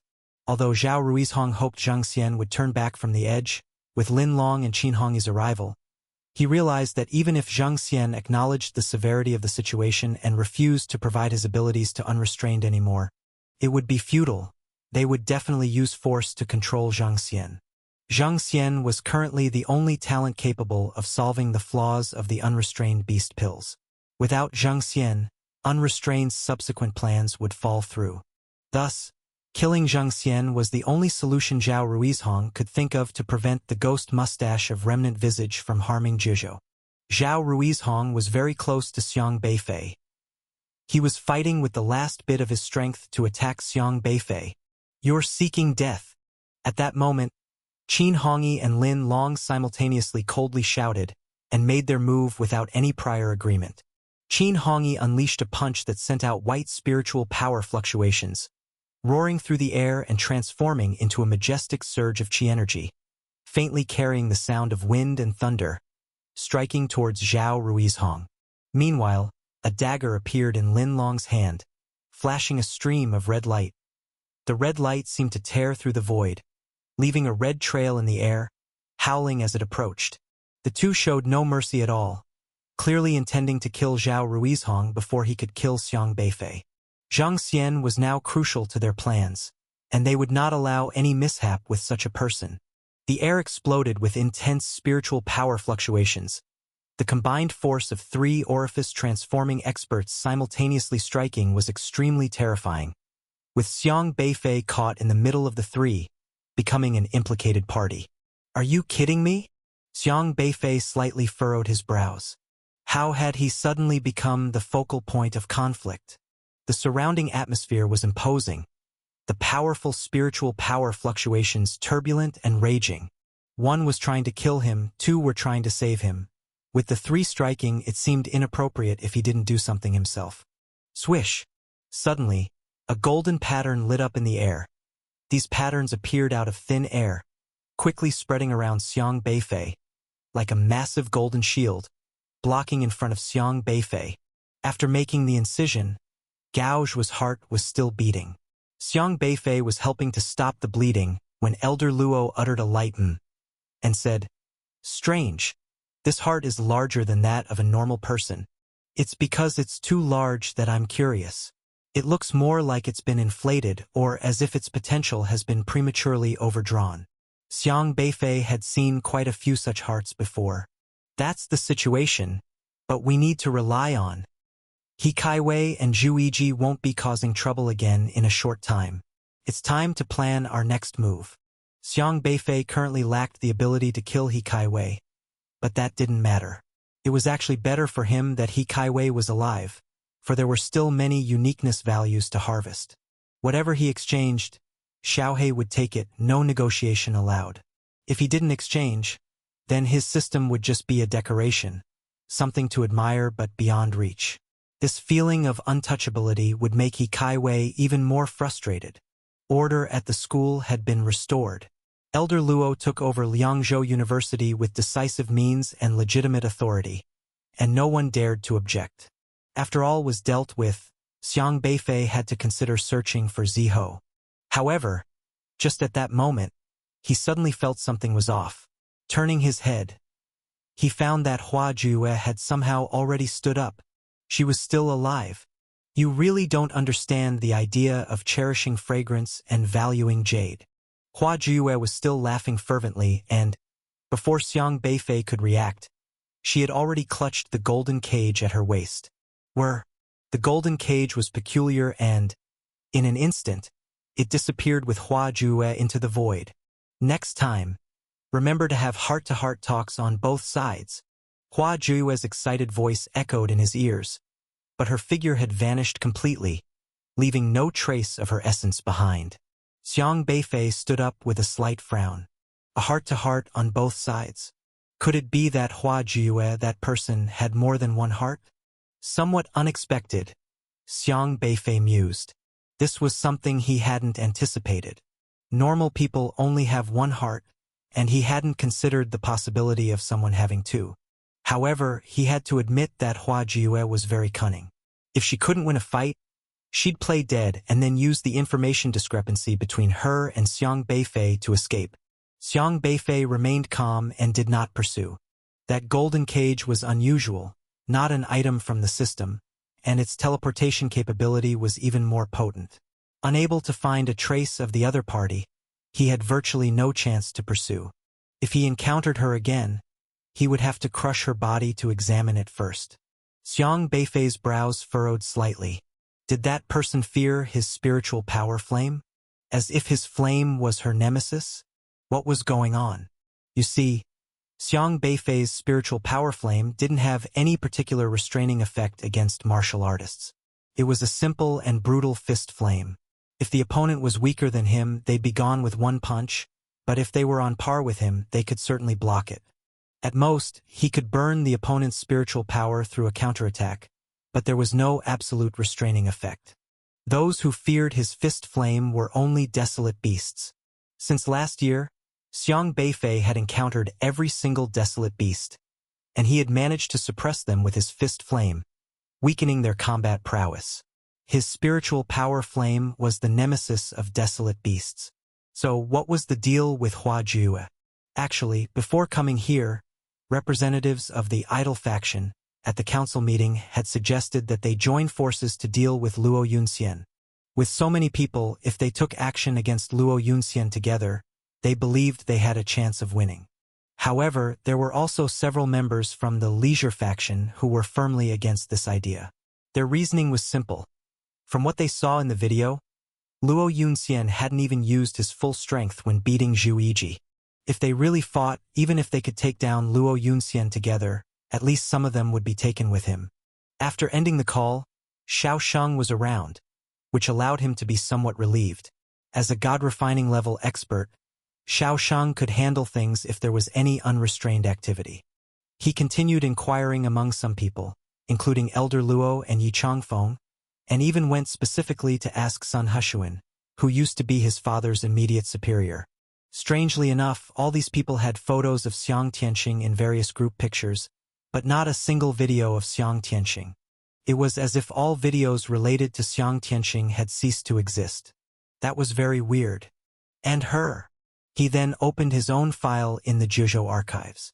There was quite a bit of information about him. When he went there in January, he had shone brightly as a rising star in the newcomer competition.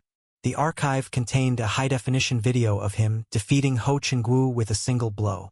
Xiaohe, Can you erase the video footage about me? Xiang Beifei asked. Xiaohei pondered for a moment, touched the video with his little paw, and nodded. Woof! Not this kind of data that we've copied, but the data in the main archive of Juzhou. You know, the one God guards, Xiang Beifei said. Liangzhou University's issues were not yet fully resolved, because there were still many matters waiting for him there. How could Zhu Yiji and He Kaiwei let go so easily after such a major setback? As UR-level awakeners, the Alliance would not truly punish them. At most, they would get a warning, an internal sanction, but it would be superficial. In essence, things would remain the same as before. Xiang Beifei was not about to let them off the hook easily. Xiaohei, is it ready? Xiang Beifei inquired. Xiaohei was sitting in front of the computer, his two dog paws clicking away at the keyboard, working on the video on the computer. It was the video from the last meeting, which Xiang Beifei had recorded in its entirety. President Qiao Pei, in order to cover up the events of that day and prevent tarnishing his reputation, had already activated the school's powerful UR-level confidentiality measures, restricting all senior school leaders from leaking information. But Xiang Beifei disregarded his schemes, thinking that attempting such tricks in front of Xiaohei was utterly futile. Send out the video. We must take down He Kaiwei and his people, Xiang Beifei said. Woof! Xiaohei promptly clicked to release the video. Hello, Commander He. I have been ordered to come. At this moment, a person who looked like a doctor walked over, but stopped in confusion upon seeing someone with a face as swollen as a pig's. Where is Commander He? He asked, not quite understanding. Woo woo woo woo. He Kaiwei, having been beaten, was unable to speak and just grunted angrily at the doctor. What's the matter? Why haven't you healed your injuries? Zhu Yiji asked, sitting nearby. He Kaiwei suppressed the resentment in his heart. Even though he resented Zhu Yiji, he did not dare to speak out since it was Zhu Yiji who had come to rescue him just now.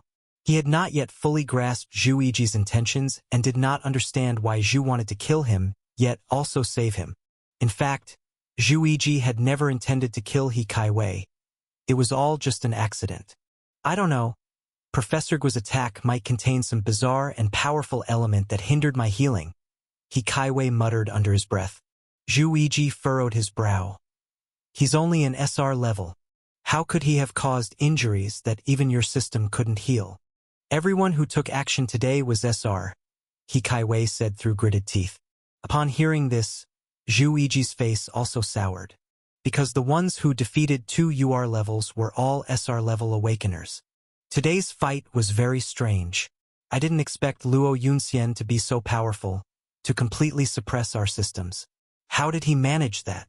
He Kaiwei asked again. I don't know. Zhu Yiji also had this question in his mind but had no way of getting an answer. He glanced at He Kaiwei and then said, You look so uncomfortable. My left hand was broken by you. He Kaiwei finally couldn't help but growl in a low voice. It wasn't intentional. Luo Yunxian must have arrived early and was leading us without being seen, Zhu Yiji said coldly. He Kaiwei clenched his teeth, but said no more. The two of them attributed the strange events of the day to Luo Yunxian, but it never occurred to them to consider others present, let alone Xiang Beifei. In their eyes, even if Xiang Beifei had high talent, he was just a god-refining martial artist. How could he possibly interfere with 2 UR levels? After a while, Zhu Yiji waved his hand, and a white circle surrounded He Kaiwei.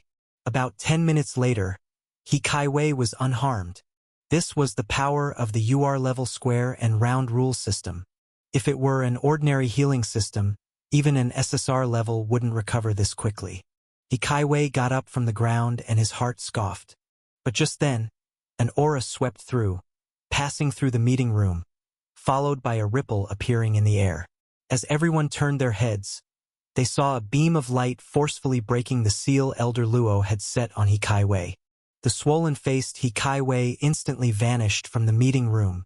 Zhu Yiji actually returned and, while Elder Luo was beating up Wu Shixian, he whisked He Kaiwei away.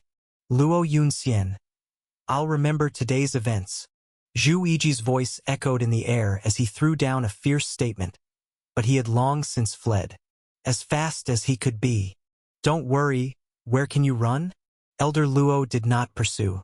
Although he could blast Zhu Yiji to the ground in a face-to-face encounter, killing Zhu Yiji was not so simple.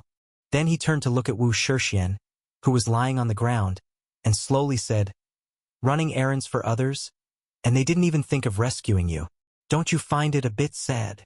Although Wu Shixian had been beaten beyond recognition, Elder Luo's words still reached his mind, and he realized that Zhu Yiji and He Kaiwei were only thinking about their own escape and had completely disregarded him, plunging his heart into despair. At this moment, Zhu Yiji, who had been initially blasted to the ground, had already recovered, transforming into a beam of light, angrily reappearing in front of Elder Luo. He furiously shouted at Elder Luo, Luo Yunxian, you dare! It's not your turn, Scram. Elder Luo turned his head and roared again. Being an awakener with extremely powerful spiritual power, the sound waves he emitted had turned into an invisible, overwhelming giant palm, striking Zhu Yiji once more. You dare!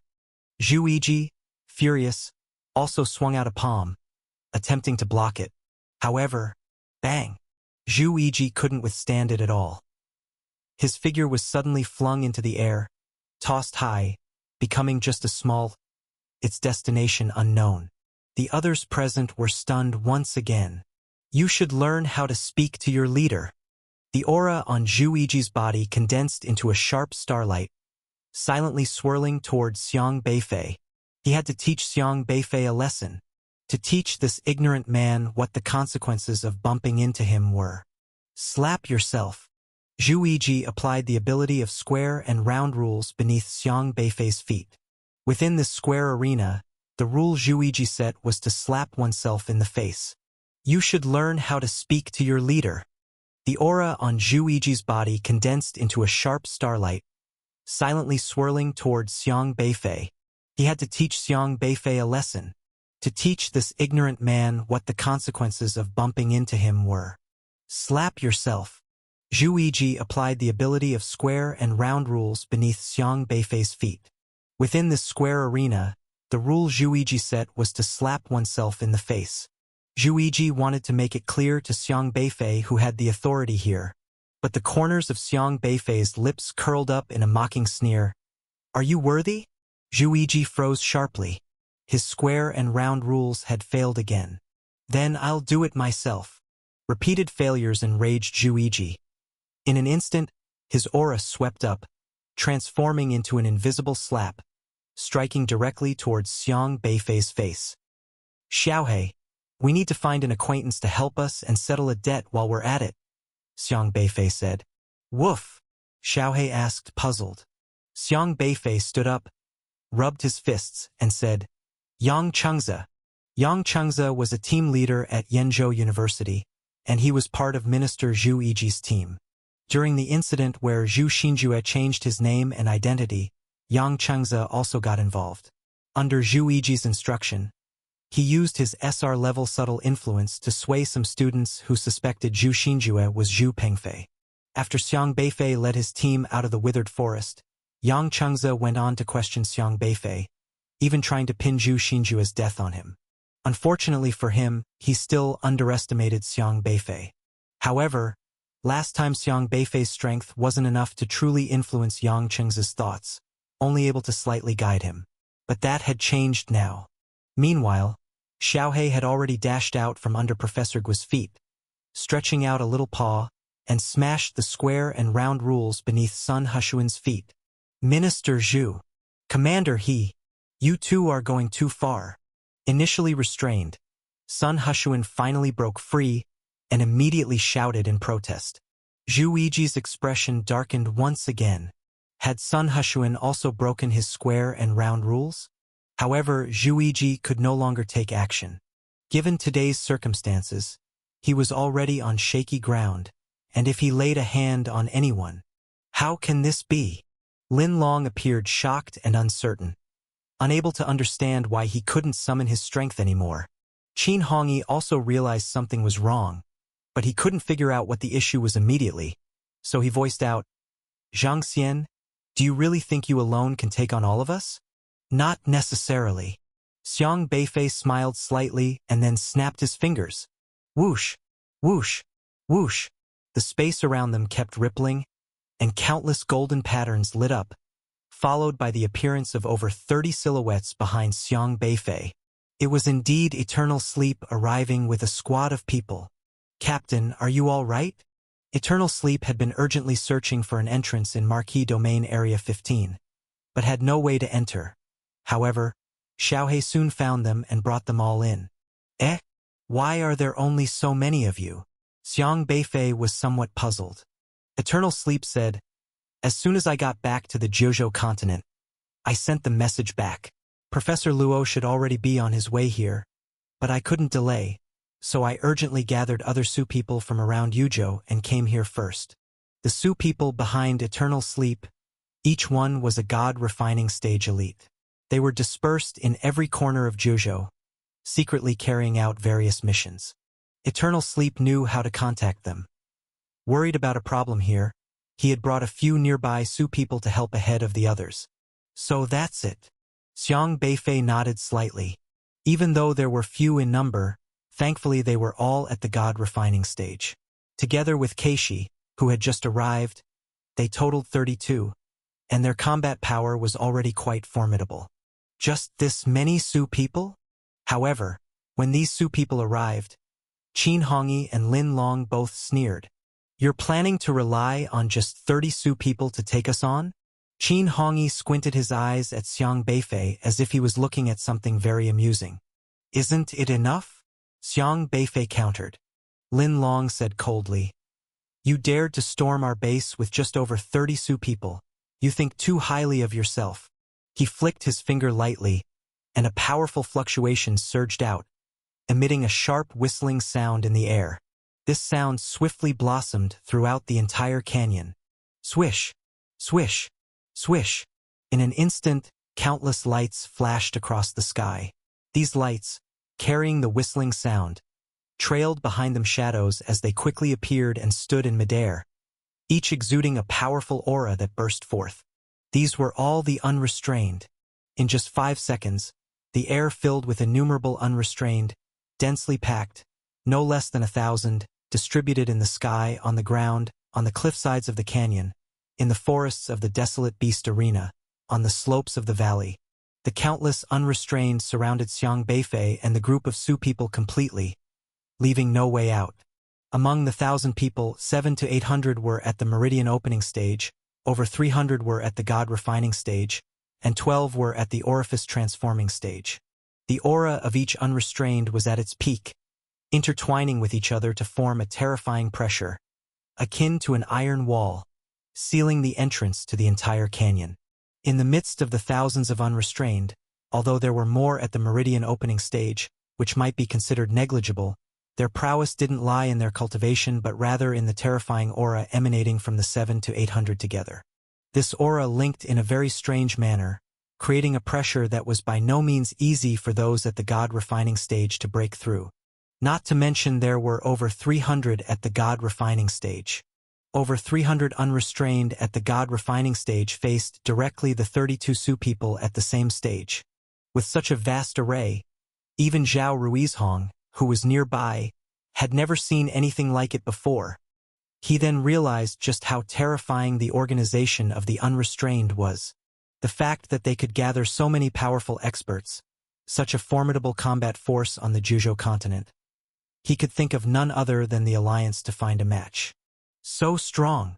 When Eternal Sleep and Keishi and the other Su people saw the numerous unrestrained, their hearts also sank.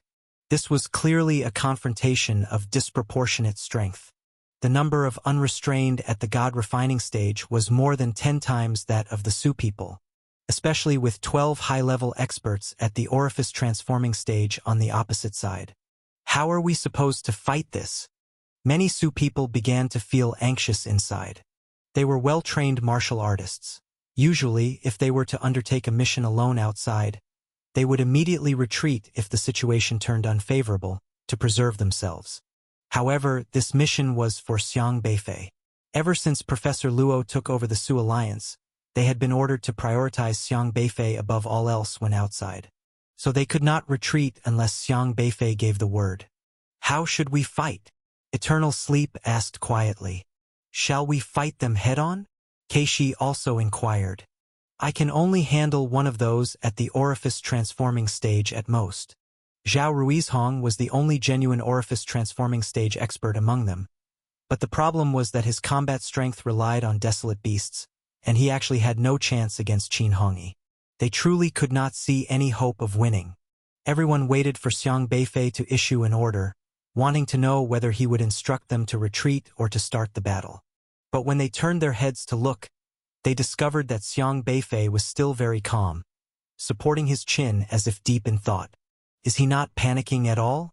This was the thought in each Su person's mind. Xiang Beifei was just too composed, so composed that it was driving the Su people near madness. You might as well take a stand, right? If we can't win, retreating first would be good too, wouldn't it? Now, do you still dare to be arrogant? Lin Long sneered coldly, his killing intent apparent as he looked at Xiang Beifei. You Su people dare to run wild on my turf. Today, I'll make sure you come but never leave. Come but never leave. All the unrestrained repeated Lin Long's words in unison, their voices deafeningly loud, shattering the clouds above, echoing for a long time, their momentum like a rainbow. This display made the 32 Su people involuntarily tremble in their hearts. A sheer domination. Is this all the people you've brought? I remember there being more. Xiang Beifei finally spoke. Upon hearing these words, everyone was stunned. Both the unrestrained and the Su people were looking at Xiang Beifei as if they were looking at a fool. Had he gone mad? Just these people? Wasn't it enough that thousands had come? Wasn't it enough that more than 300 God refining stage experts came? How could he dare say just these people had come? All the unrestrained thought the guy before them was simply too arrogant. What right did this Zheng Xian have to speak like this? Lin Long shouted coldly. What a big talker! Just you and your 30 or so Su people daring to speak like this. Who do you think you are? Professor Luo Yunxian of the Su Alliance? Or the genius Xiang Beifei of Liangzhou University? Even Xiang Beifei wouldn't dare to cause a ruckus in my presence. And you, a mere captain of the Su people, are so rampant. Eternal Sleep. Keishi and the others had weird expressions upon hearing this. Turned out Lin Long still didn't know whom he was facing. Xiang Beifei shook his head slightly. Whatever, this is fine. The more Lin Long saw Xiang Beifei's calm demeanor, the more irritated he became. He had to teach Xiang Beifei a lesson and immediately ordered, "Kill them! Kill! Kill! Kill!" All the unrestrained shouted with passionate roars, as they all erupted with spiritual power instantaneously, creating layers of oppressive force in the air which continuously overlapped, like a chunk of the sky was suddenly collapsing, smashing down towards Xiang Beifei and his group. Whoosh! Whoosh! Whoosh! The few people flying at the forefront jumped into the sky, and in the air, they fiercely ignited beams of light, spiritual power surging, charging down towards the 32 Su people below. All the Su people's hearts were lifted with alarm. They knew they couldn't retreat now. Their only option was to meet them head-on in close combat, with no other way out. Every Su person was ready for a fight to the death. This will be a tough battle. Everyone go all out. Keishi shouted loudly. Everyone raised their spiritual power. Even Zhao Ruizhong had already summoned several desolate beasts' beast pills. However, just at this moment, Xiang Beifei stretched out his hand and snapped his fingers. Snap! The two God refining stage unrestrained in the lead, who were full of murderous intent and vowed to tear the Su people to shreds, suddenly froze in midair. It was as if they were unable to catch a breath, and both of them clutched their chests abruptly. Ah! The two unrestrained each let out a scream, but the sound didn't last long as it abruptly stopped. Then their bodies stiffened, like birds struck by cardiac arrest in mid-flight, beginning to spiral as they fell from the air. Bang! Bang! The two unrestrained smashed onto the ground, creating two booming sounds, motionless, evidently having lost all signs of life, dead through and through. Ha! Lin Long and Qin Hongyi were both startled, noticing this scene. However, before they could speak, "Ah! Ugh! How can this be?" One after another, agonizing voices rose continuously as countless unrestrained, who had just charged into the sky with sky-high fighting spirits, intending to unleash powerful spiritual power attacks, suddenly stopped as if jammed.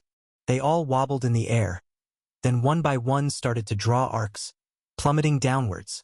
Whoosh! Whoosh! Whoosh! As these unrestrained fell, their bodies were still gleaming with colorful spiritual power light. They flew fast and fell just as fast, leaving behind glowing trails as they fell, like meteors shining for the last time in the sky before fading away. Bang! Bang! Bang! Thousands of unrestrained, who were originally menacing in the sky, with thunderous shouts and full of battle spirit, had barely revved up for 10 seconds before they all inexplicably went down. In just a few breaths of the thousands of unrestrained, fewer than 200 could still stand. What's going on?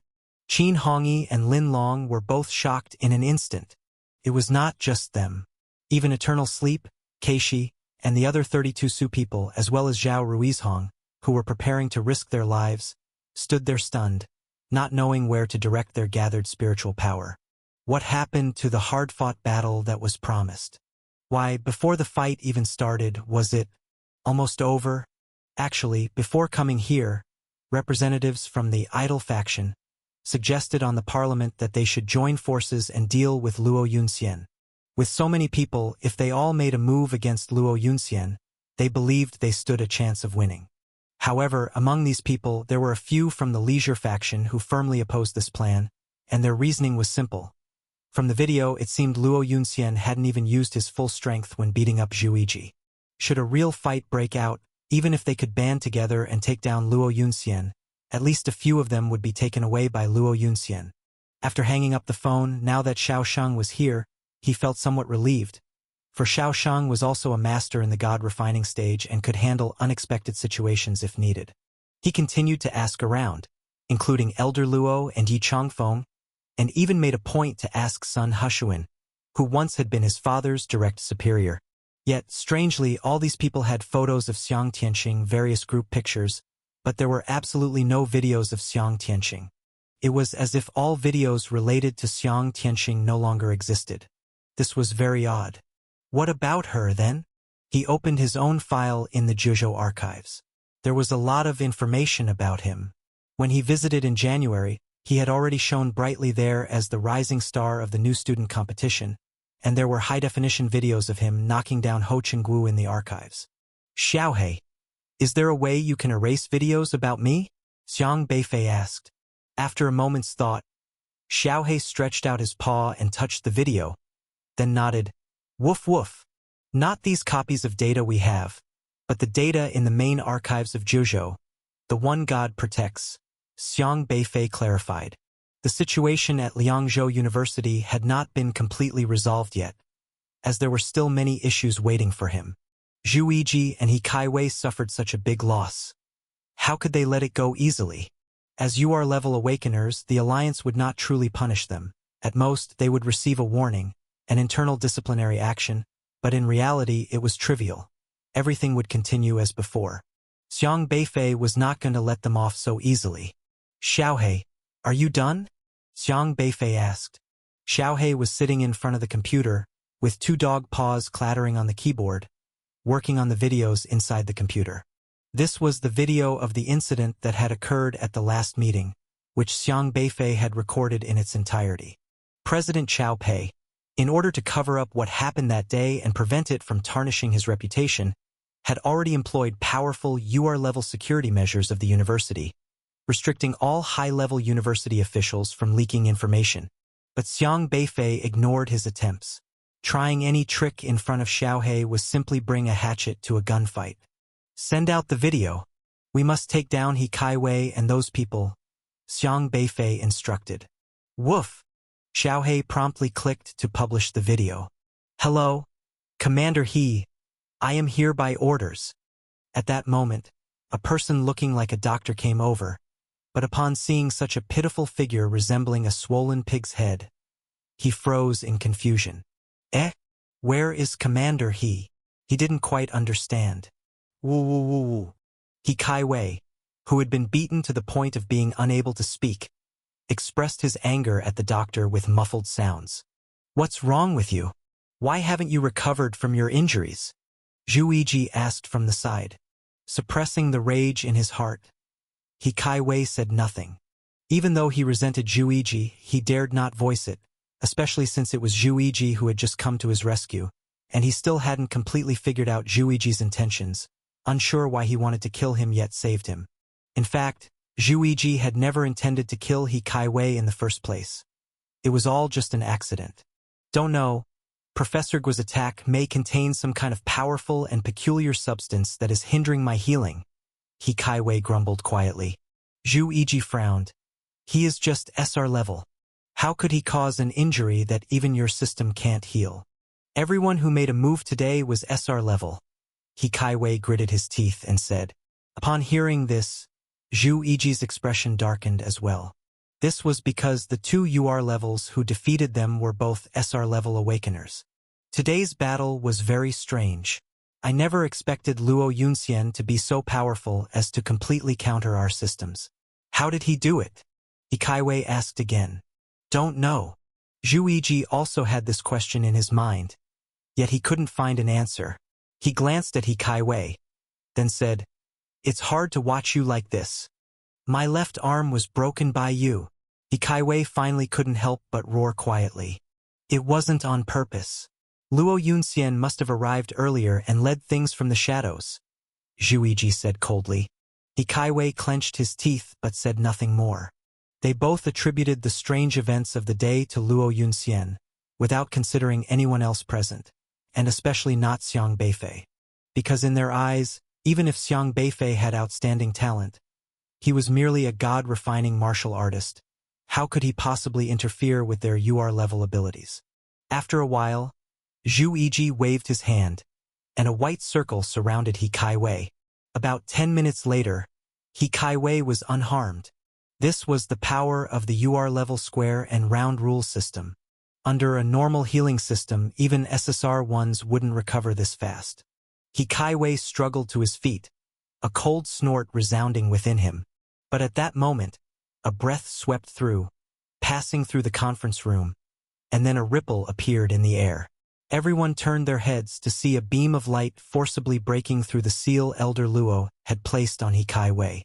The battered He Kai Wei vanished from the conference room in an instant. Zhu Yiji had actually returned, taking advantage of Elder Luo beating Wu Shixian to escape with He Kai Wei. Luo Yunxian, I have noted today's events. Zhu Yiji's voice echoed through the air, issuing a tough threat, but he was long gone, as fast as could be. Don't worry, where can you run to? Elder Luo did not pursue, although he could send Zhu Yiji flying with just a glance. Killing him wouldn't be that easy. He then turned to Wu Shixian, who was lying on the ground, and slowly said, Running errands for others? And they didn't even think of saving you. Don't you find that sad? Wu Shixian, although beaten beyond recognition, heard Elder Luo's words in his mind and realized that both Zhu Yiji and He Kai Wei were only concerned with their own escape, completely disregarding him. He fell into despair. Meanwhile, Zhu Yiji, who had been blasted to the ground, emerged angrily as a beam of light and reappeared in front of Elder Luo, furiously shouting, Luo Yunxian, how dare you? It's not your turn, Scram. Elder Luo turned and roared again. As an awakener with immense spiritual power, his shout transformed into an invisible, colossal palm that once again struck Zhu Yiji. You dare! Zhu Yiji, furious, also threw a palm, trying to block it. However, bang! Zhu Yiji couldn't resist at all. His figure was flung through the air and tossed high, shrinking to a mere dot, with no clue where he was sent flying to. The others present were stunned once more. You should learn how to speak to a leader. Zhu Yiji's aura coalesced into a sharp burst of stardust, silently sweeping towards Xiang Beifei. He had to teach Xiang Beifei a lesson, to teach this ignorant man a lesson, and show him the consequences of clashing with himself. Slap yourself. Zhu Yiji applied the square and round rules to the ground beneath Xiang Beifei's feet. Within this square circle, the rule Zhu Yiji set was to slap one's own face. You should learn how to speak to a leader. Zhu Yiji's aura coalesced into a sharp burst of stardust, silently sweeping towards Xiang Beifei. He had to teach Xiang Beifei a lesson, to teach this ignorant man a lesson, and show him the consequences of clashing with himself. Slap yourself. Zhu Yiji applied the square and round rules to the ground beneath Xiang Beifei's feet. Within this square circle, the rule Zhu Yiji set was to slap one's own face. Zhu Yiji intended to show Xiang Beifei who was in charge here. Yet Xiang Beifei's mouth curled into a smirk of mockery. Are you worthy? Zhu Yiji was taken aback. His square and round rules failed again. Then I'll do it personally. The repeated failures infuriated Zhu Yiji, his aura instantly sweeping into an invisible slap rushing towards Xiang Beifei's face. Xiaohe, we need to find someone familiar to help us out and settle a debt, Xiang Beifei said. Woof, Xiaohe asked, puzzled. Xiang Beifei stood up, rubbing his fists, and said, Yang Chengze. Yang Chengze is a team leader at Yenzhou University, and he belongs to Minister Zhu Yiji. During the case of Zhu Xinjue changing his name and identity, Yang Chengze also got involved. Under Zhu Yiji's orders, he used his SR-level subtle influence to sway some students who suspected that Zhu Xinjue was actually Zhu Pengfei. After Xiang Beifei led his team out of the withered woods, Yang Chengze confronted Xiang Beifei, even trying to pin Zhu Xinjue's death on him. It's a pity he still underestimated Xiang Beifei. Last time Xiang Beifei's strength wasn't enough to genuinely impact Yang Chengze's thoughts. He could only slightly guide Yang Chengze, but now it was different. However, Xiaohe had already charged out from beside Professor Guo, stretched out his little paw, and shattered the square and round rules beneath Sun Hushuan's feet. Minister Zhu. Commander He. The two of you have gone too far. Initially restrained, Sun Hushuan finally broke free and immediately shouted to stop them. Zhu Yiji's expression darkened once again. Sun Hushuan had actually broken his own square and round rules. However, Zhu Yiji could no longer take action. The events of today originally put him on shaky ground. Once he took action against anyone, it also made He Kaiwei realize something. He still had a chance to prove his innocence, having been swept into this matter. But those words were only heard by Zhao Yong from Wu Shishuan's mouth, saying it was his directive. Zhao Yong saying so couldn't directly prove the framing was related to him. The only way to clear his own name right now was to sacrifice the car to protect the commander. That is to say, Wu Shishuan must be kicked out. Directly stating Wu Shishuan was framing him would suffice. A chill flashed in He Kaiwei's eyes. The entire conference room had already become tense and confrontational.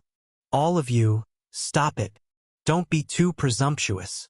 Zhu Yiji finally stood up, coldly shouting, You three, daring to create chaos at the school. Do you really not take me seriously anymore? His gaze, like an eagle's, stared at Professor Guo and the other two, particularly lingering on Xiang Beifei, as he hadn't even noticed how Xiang Beifei had appeared in the classroom, which made him very wary.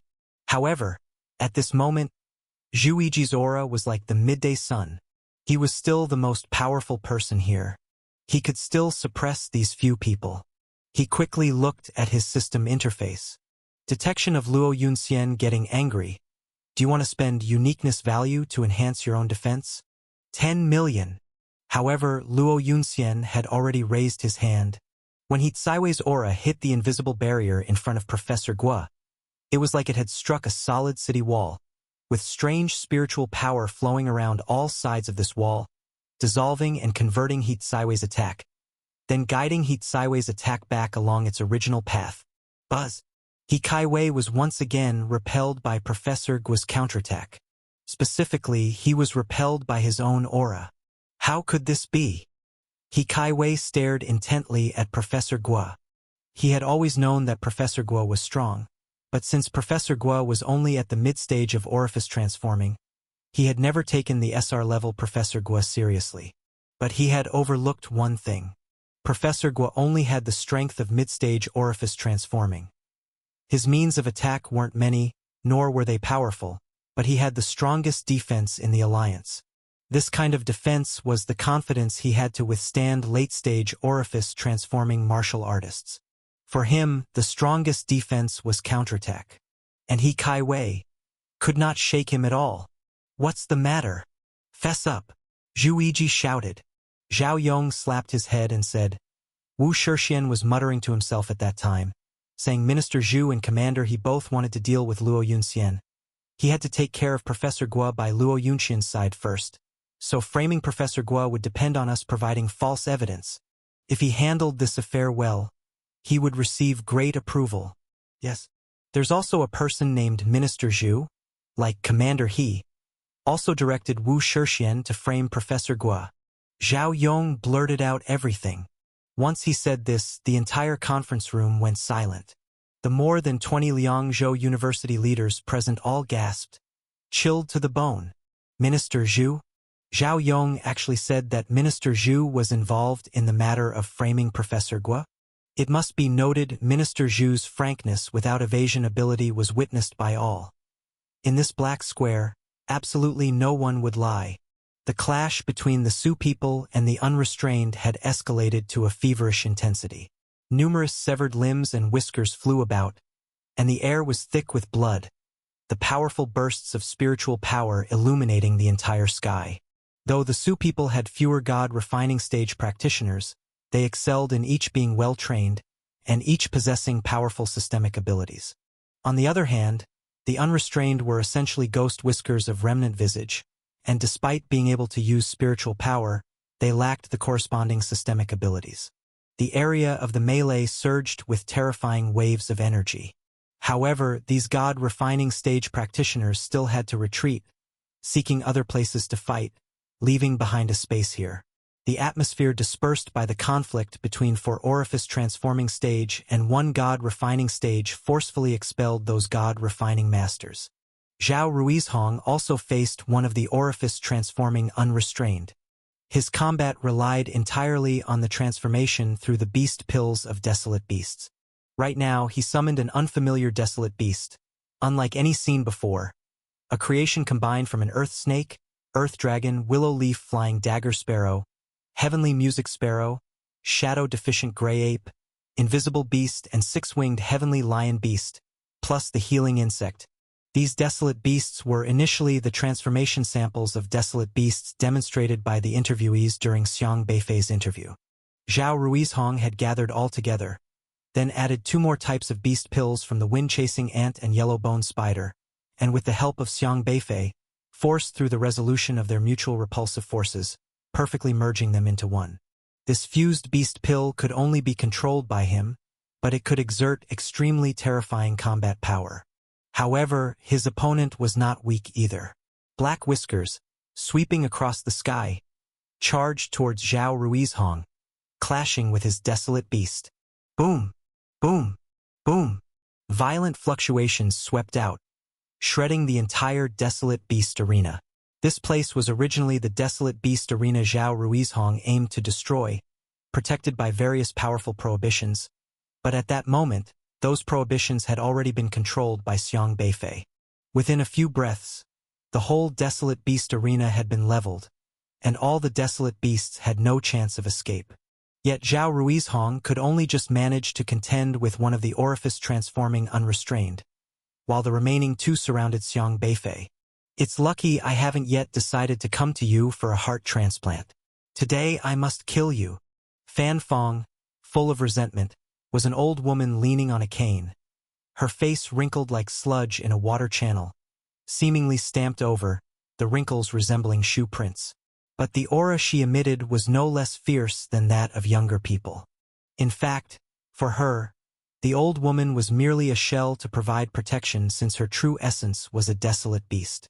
Hu Yuanhua also twisted his face in anger, his body suddenly bursting out with powerful black whiskers, which whistled in the air, each emitting a violent aura. His whiskers intermingled with those of Fan Fong, the power of two orifice-transforming stages bearing down immensely, nearly covering all of Xiang Beifei's possible escape routes completely. This oppressive force was exceedingly formidable. If it had been an ordinary god refining stage fighter, they might have been immobilized by the mere presence of this force, let alone counterattacking. Whiz! Hu Yuanhua charged forward, a sinister black blade appearing in his hand. The material of the black blade was unknown. He violently swung it forward, unleashing a terrifying wave of spiritual power towards Xiang Beifei. The glow brought about by the black blade seemed to block space, instantaneously spreading above Xiang Beifei's head, violently slashing down. But Xiang Beifei showed no panic. Calmly watching the approaching black blade, he instantly stirred up a golden formation pattern under his feet, enveloping him and directly causing him to disappear from the spot. Boom! Hu Yuanhua's black blade hit nothing but air, its terrifying force directly carving a deep trench in the ground. However, before he could react, Xiang Beifei had already reappeared behind him. The breath soil in his hands instantly condensed into a long sword, its blade alight with flames, carrying a searing aura as it chopped towards Hu Yuanhua's body. Hu Yuanhua's face showed slight surprise. He clearly hadn't realized that Xiang Beifei possessed the ability to move through space here, knowing that the surrounding canyon had been enveloped in prohibitions, which should have made such instant movement impossible. But as a master of orifice transforming stage, his reaction was swift. As soon as Xiang Beifei materialized, he responded, the skin on the back of his neck splitting open, a thick black whisker shooting straight towards Xiang Beifei like a spike. Xiang Beifei also charged forward without fear, directly confronting the black whisker. Seeking death. Hu Yuanhua sneered as he saw Xiang Beifei daring to face his whisker head-on. The black whisker immediately bursting forth with layers of sharp scale armor, sharp enough to cleave through any spiritual power shield. But just as his black whisker was about to strike Xiang Beifei, a golden formation pattern barrier swiftly appeared in front of Xiang Beifei. Though he didn't have the tile in hand, Xiaohe was still controlling the blood altar. Hu Yuanhua's black whisker boomed against the golden formation pattern barrier. The densely packed patterns immediately surged, spreading directly along the black whisker upwards. Damn it! Hu Yuanhua quickly realized what was happening and cut off his whisker at once, distancing himself from the formation pattern barrier. But at the same time, Fan Fong had already silently leaped behind Xiang Beifei. She couldn't teleport, but her speed was comparable to instant teleportation. Taking advantage of Xiang Beifei's focus on Hu Yuanhua, she struck a palm towards Xiang Beifei's back. Boom! The palm strike was both fast and fierce, cutting off Xiang Beifei's path of retreat, so fast that even an orifice transforming stage couldn't dodge, and even surpassed the speed that Xiaohe could control with the formation pattern barrier. However, Xiang Beifei immediately shone with a golden light, swiftly dodged the sealing force from Fan Fong's attack, and once again vanished before anyone's eyes. Fan Fong realized she had clapped in vain and couldn't help but feel anger, staring intently at Xiang Beifei who had retreated several dozen meters away. He has taken control of the blood altar. That damned power! Hu Yuanhua appeared beside Fan Fong, speaking with a serious expression. It's not unsolvable, Fan Fong whispered fiercely. The power of his blood altar doesn't fully and promptly block our attacks. So, as long as we strike fast enough, the defense of the blood altar can't keep up? Exactly. Got it. Let's attack separately. After all, Hu Yuanhua and Fan Fong were masters in the orifice transforming stage. They not only had human memories but also possessed rich combat experience from desolate beasts. They almost immediately understood how to counter the weird force of the blood altar as soon as the fight began. Shoo! Shoo! The two quickly split up, surging from different directions with strong fluctuations of spiritual power, launching synchronized attacks on Xiang Beifei. Their speed was so fast that Xiang Beifei had barely reappeared when their attacks already reached him instantaneously. Xiang Beifei calmly watched the two opponents, showing no carelessness. This wasn't like in the corridors with limited space, where the corridors could also absorb the spiritual power of orifice transforming stage, placing great constraints on Wang Zhe and creating an opportunity for Xiang Beifei. But now the battleground was open. Hu Yuanhua and Fan Fong attacked without any hesitation, Their combined strength was tremendously greater than what he faced against Wang Zhe in the corridor. Boom! Boom! 3 figures dashed through the air, appearing and disappearing intermittently, reaching a tremendous speed. No matter how Xiang Beifei reappeared, the terrifying fluctuations almost enveloped him in an instant. If his golden array patterns managed to block one person's attack, then he had to deal with the second attacker on his own. For a moment, countless streaks of golden light flashed through the air, the powerful glow even opening up the fighting space of others. Neither the Su people nor Unrestrained dared to directly face the onslaught of these 3 fighters. Boom! When Xiang Beifei reappeared, Hu Yuanhua was already waiting in front of him, punching forward. He had to disappear again. I thought you were so formidable. Yet it turns out you're just a god-refining stage martial artist. How dare you so brazenly face the 2 of us? Hu Yuanhua sneered as he saw Xiang Beifei flee once more. Although Xiang Beifei's abilities were somewhat strange, since he was only in the god-refining stage, their speed could absolutely take the upper hand. Even if you rely on the blood altar, so what? Without real strength, aren't you still getting beaten up? Fan Feng also sneered repeatedly before slapping another palm towards Xiang Beifei. Xiang Beifei didn't respond, immediately dodging the palm while sizing up the 2 in front of him. The fighting style of these people was very similar to Wang Zhe, probably because they all were ghost whiskers of remnant visage, so Xiang Beifei didn't need to be as passive as he was when facing Wang Zhe. His learn by analogy only needed to learn how to deal with one ghost mustache of remnant visage, and then he would know how to handle the others. Thus, the battle tactics learned from Wang Zhe could be directly applied to these 2 and even adapted, quickly letting him discover how to fight 2 against 1. Shoo! He shifted again, instantly disappearing from the spot. When he reappeared, he was already behind Fan Feng, who immediately turned around and slashed out a terrifying wave of spiritual power towards him. But the golden array patterns formed barriers that blocked Fan Feng's attack. However, as Xiang Beifei appeared, Hu Yuanhua had already closed in, his black tendrils slamming down toward him. But at that moment, Xiang Beifei flung out a strange column in his hand. This column wasn't large, only as thick as an arm, but when it materialized, it precisely appeared in front of Hu Yuanhua. It seemed as though something flashed in front of Hu Yuanhua, momentarily startling him, causing him to hesitate and not advance another step, recoil in fear. This ability was actually not very useful against an orifice transforming stage fighter like Hu Yuanhua, since their cultivation level and realm could neutralize this ability's constriction, at most suppressing him for only a moment. Hu Yuanhua also quickly came to his senses, swearing under his breath, and blasted away the column. But he still hesitated for a second. For Xiang Beifei, however, a single second was all he needed. Liangzhou University is no longer purely its own. For instance, the person managing the martial arts college from the literary Dao is someone sent by the Alliance, all keeping an eye on Xiang Beifei. His own strength had increased fast enough. Using the awakening system for half a year, he had reached the early stages of meridian opening, and in less than a year, he had reached the late stages of meridian opening, far exceeding the ordinary SSR. This terrifying speed of cultivation couldn't even be achieved by UR awakeners. If those people knew how fast his cultivation speed was, they would probably stop at nothing to cause him trouble. Therefore, Xiang Beifei must keep it a secret until he breaks through to the god-refining stage.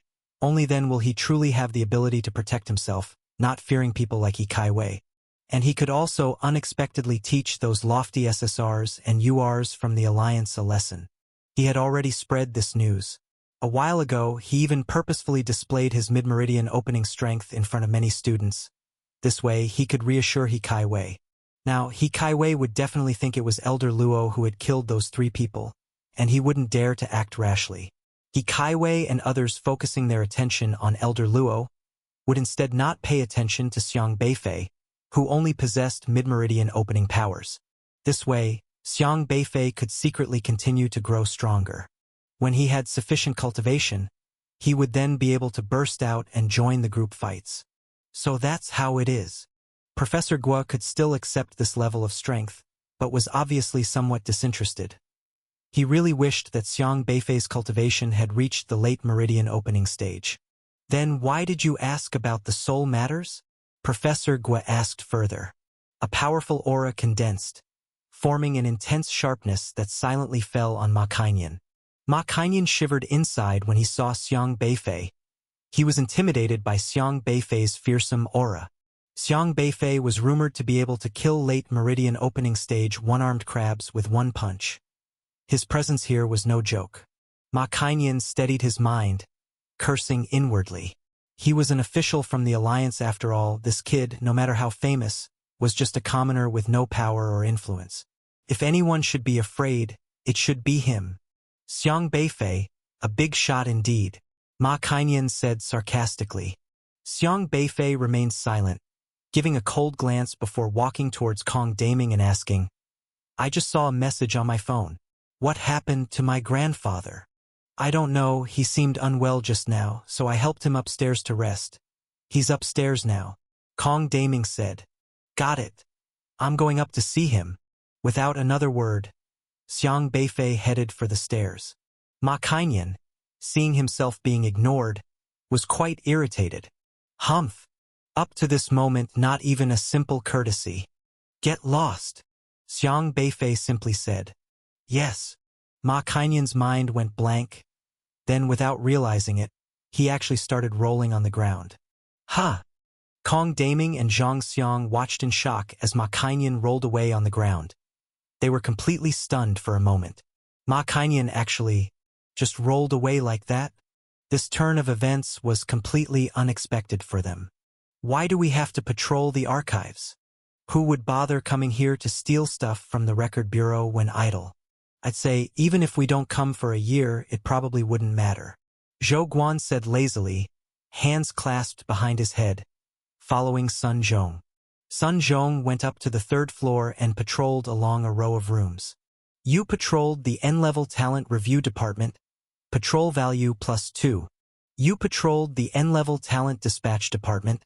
Patrol value +2. Sun Zhong made a thorough round in the empty room, pressed a button on the wall to ensure the alarm was working, then left the room. You patrolled the main archive entrance. Patrol value +5. At this point, Zhang Xing thought of something urgently, took out his phone to video call his son, then asked, Son, you said you've seen Xiang Beifei before. Take a look. Is this person Xiang Beifei? During the freshman competition, even though students from the elite schools hadn't been present, it had been live broadcast, and anyone who wasn't blind could recognize him. Zhang Xing's son, although a student at Jizhou University, had also seen Xiang Beifei. The moment he saw Xiang Beifei, he immediately excitedly said, It's him! That's him! The genius who stepped on the Qingzhou University SSR. Dad, you actually met him? My God! That was a legendary genius indeed. You really are that Xiang Beifei.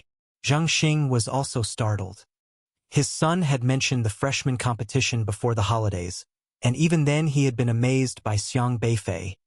He never expected to encounter such a genius today.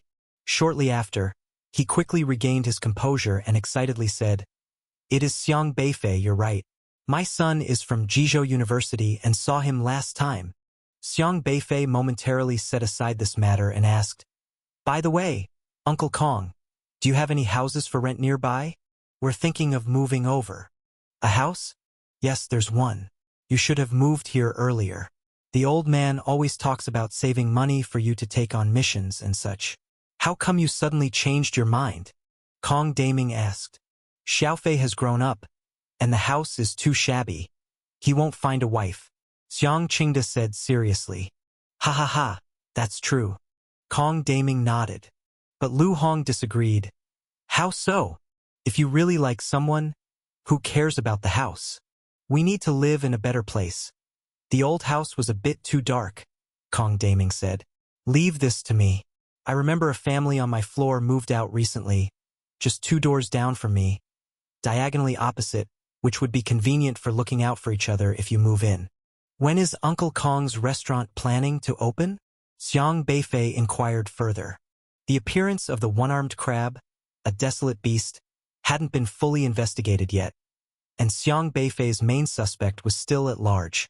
Xiao Sheng, the imposter who masqueraded as an N-level clerk, an SR, before the desolate beast appeared that day, had disappeared without a trace. Xiang Beifei wanted to see if Xiao Shang would return to work. The day after tomorrow. The staff have been asking about it too. Speaking of which, I need to contact those employees. We've been closed for so long, Kong Daming said. Then I'll go to the wholesale market tomorrow. We've run out of ingredients, so I need to renegotiate with them, Xiang Qingda said. Kong Daming hurriedly said, Don't bother, Uncle Xiang, you should rest. I can handle it. We've been resting for so long. It's good to move around a bit. I'm familiar with that place anyway. With the reopening, there's a lot of work to be done in the restaurant, and many customers have made reservations, waiting for us to open again. It'll be busy for you. I can go tomorrow. Xiang Qingda waved his hand and insisted. Kong Daming couldn't argue with that and had to agree. When Xiang Beifei returned home, he made a point of talking to his grandfather in front of the living room camera and clarified his reasons for moving out, saying directly that he was now capable of making money and didn't want to live there anymore. For a martial artist in the Meridian opening phase, making enough money to support themselves was far from difficult.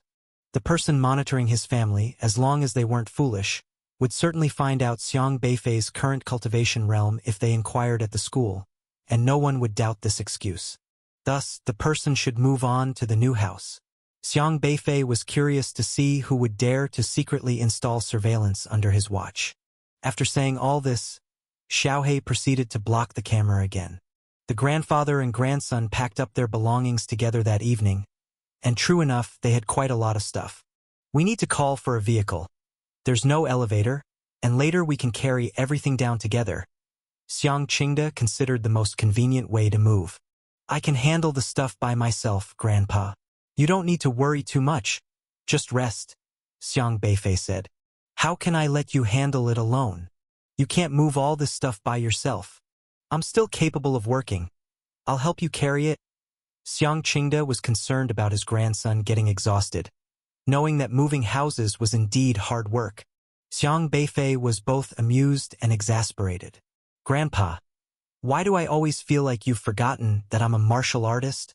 What does being a martial artist have to do with it? Many martial artists have to hire movers when they move. Don't they? Xiang Qingda responded. Xiang Beifei stomped his foot again, and all the packed boxes began to float up into midair, lighter than a feather. It was a matter of lightening the weight of the objects and then using spiritual power to lift them.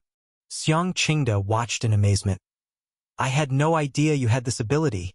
Xiang Beifei realized that he had rarely discussed his abilities with his grandfather. He smiled, set everything back down, then glanced up at the ceiling camera and said, Rest assured, Grandpa. I'll handle everything from now on. You just take it easy. Xiang Qingda paused and gazed at Xiang Beifei, lost in thought. There was a time when he was always cautiously protecting his grandson, guarding his self-esteem, encouraging him to be positive, and hoping he wouldn't give up on himself. But ever since his grandson had awakened to the system, Xiang Beifei had changed. He had become more diligent and cheerful, and now, as a martial artist in the Meridian opening phase, he possessed the ability to protect himself. It wasn't until after a while that Xiang Qingda came back to his senses and smiled. The awakening system truly is a blessing. It was then that he suddenly felt old, realizing that he needed his grandson to protect him now. This is good. Seeing my grandson so sensible makes me very happy.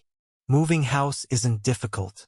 Ordinary N-level awakeners who move, if they don't have the appropriate space-related systems, need to hire moving companies, rent a truck, and spend a considerable amount of money. Xiang Beifei doesn't need to, just let Xiaohe blow bubbles. Xiaofei is a big celebrity now. We'll all be relying on you in the future, Kong Daming joked. Isn't being a celebrity very tiring? I've heard you have to shoot various films every day, Lu Jiwei said curiously. That won't do.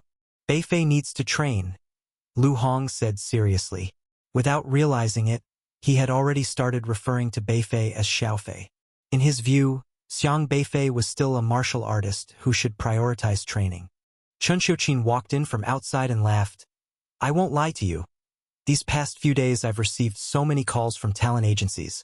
They know I'm acquainted with Xiaofei, constantly inquiring about related commercial activities, offering a lot of money to see if Xiaofei would be willing to sign with their company.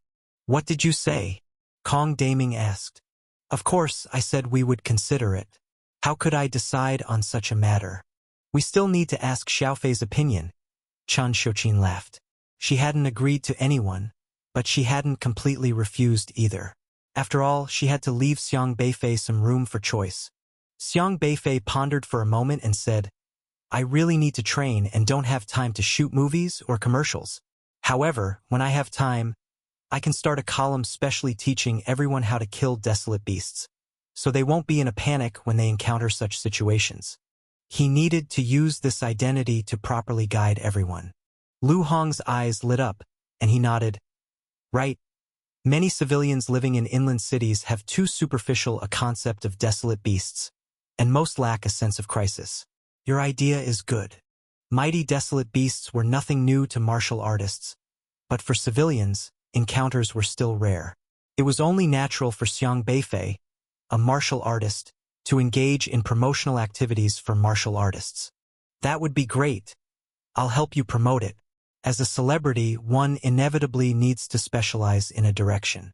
You're a martial artist, so you have to do it in the way of a martial artist, she added. Chen Xiuqin was also somewhat of an entertainment industry worker, having dealt with many celebrities. She knew very well how to handle marketing. As Xiang Beifei's #1 mom fan, Chen Xiuqin was very willing to help Xiang Beifei, so the matter was settled. Xiang Beifei didn't need to do anything. When the next semester began, he would simply shoot a few videos while on missions in the outer desolate lands. It was a simple task. But speaking of which, does she really think she can manipulate my fame as she pleases? The last person who wanted to exploit Xiang Beifei's fame for profit had already been dealt with by him. This time, thinking of making decisions without consulting him and pushing him to the forefront was clearly a deliberate move to expose him.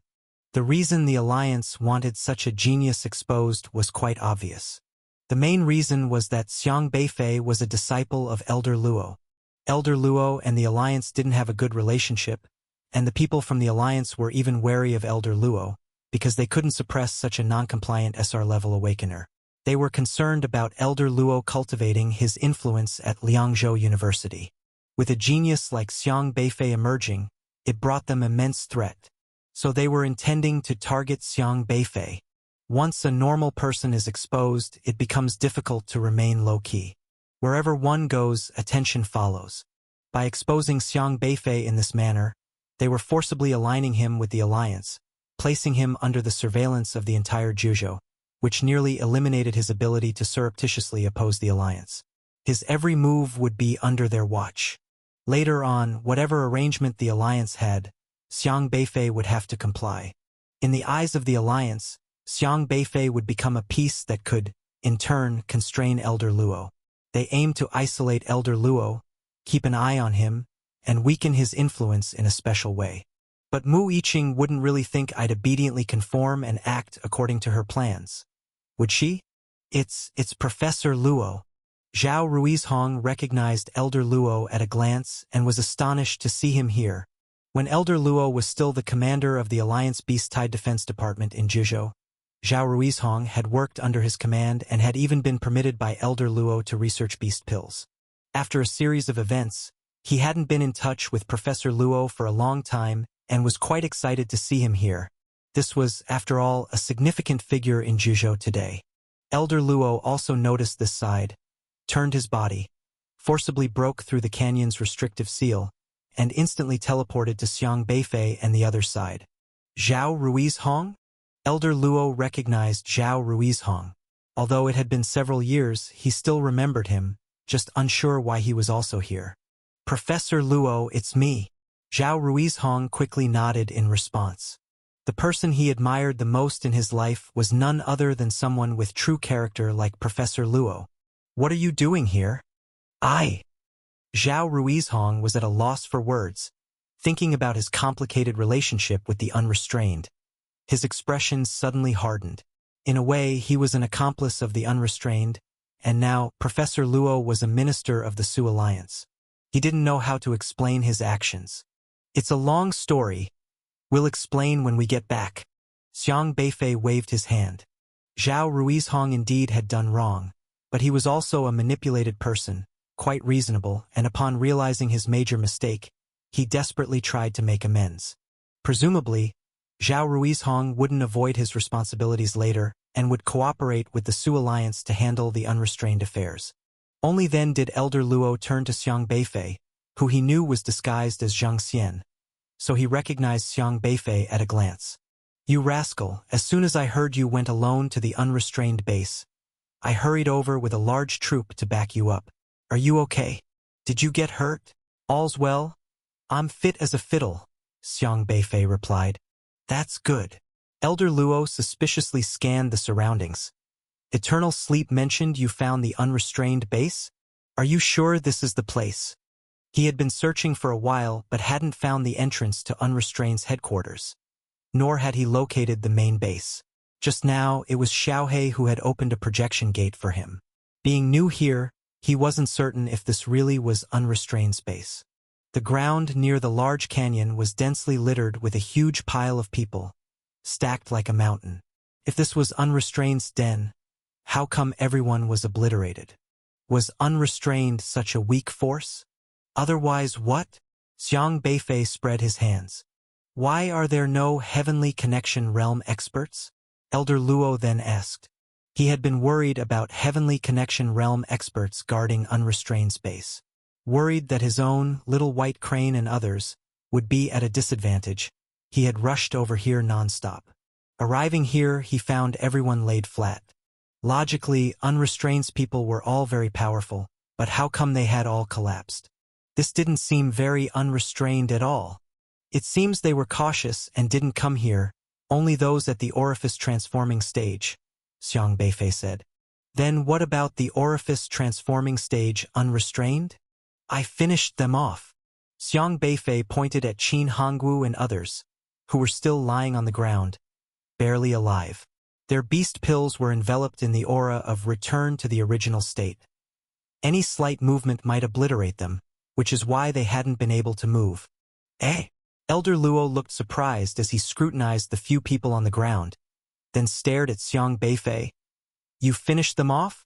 Using his spiritual power, Xiang Beifei surreptitiously conveyed his voice to Elder Luo, so that no one else could hear, kindly reminding him.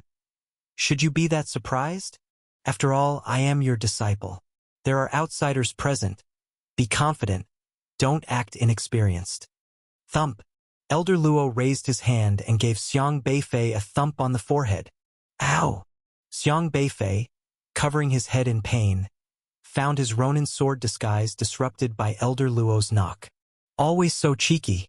How could you take action in such a big matter without waiting for me? There was no Heavenly Connection Realm this time, but what if there had been? What if a powerful one had caught you and cooked you? Where would I find you then? Elder Luo said irritably. Still feeling unsatisfied, he again raised his hand and knocked on Xiang Beifei's forehead. Thump! The sound was crisp and satisfying. Stop knocking! Stop knocking! Xiang Beifei's head buzzed with pain. No matter how thick his skin or how many tricks up his sleeve, he couldn't withstand this old man's random knocks. A Heavenly Connection Realm expert who ignored all restrictions here, including the Blood Altar Seal, there was no way for Xiang Beifei to dodge Elder Luo's knocks. If there were Heavenly Connection Realm experts, I certainly would have waited, Dad. He wasn't rash in his actions. How could he strike a rock with an egg? He only took action after the Blood Altar confirmed the situation of the entire canyon base. Still talking back. There's no Heavenly Connection Realm here, but do you think others wouldn't have received the message and raced over? Now that I'm here, he probably dares not show up. But if he had arrived before me, who would have protected you? You never think of the consequences when you act. Elder Luo again raised his hand and delivered a hard smack. Thump. Xiang Beifei was nearly knocked senseless. Please, even if you don't praise me, don't be so heavy-handed. I may not be able to fight back, but I can run. The Blood Altar's projection formation provided countless portals. After all, I haven't knocked like this in a long time. My hands are out of practice. Elder Luo pinched his own fingers, which made a creaking noise. Xiang Beifei. He had been knocked around so much that he lost all his temper. Upon seeing Xiang Beifei, who had just been incredibly powerful and nonchalantly defeated all the unrestrained, getting his head knocked a few times like a wooden fish by Elder Luo, those of eternal sleep couldn't help but swallow their saliva. In their eyes, this young man, Xiang Beifei, was simply too monstrous. Whether it was the history he had created in the past or the feats he had just accomplished alone that many couldn't achieve in their lifetime by subduing more than 10 orifice transforming stage unrestrained, they couldn't help but feel. No one could handle this guy anymore. However, with a simple raise of his hand, Elder Luo had subdued him. Indeed, the older ginger was the spicier. Only a master could control his disciple so thoroughly. This was a true boss. The 32 Su people who had just gone through a fierce battle couldn't help but feel deeply moved, as Luo Yunxian's reputation in the entire alliance was well-deserved. But you did pretty well. Those who need to be knocked should be knocked, and those who deserve praise should be praised. Elder Luo was quite satisfied with Xiang Beifei. Though this young man always acted unconventionally, he had never disappointed him. He was mostly worried that the boy acted too recklessly and might get into trouble when he wasn't around. After a while, Elder Luo asked again, "You managed to handle those orifice transforming stage unrestrained. So does that mean your cultivation has reached the late god refining stage?" The Su people looked at each other once again.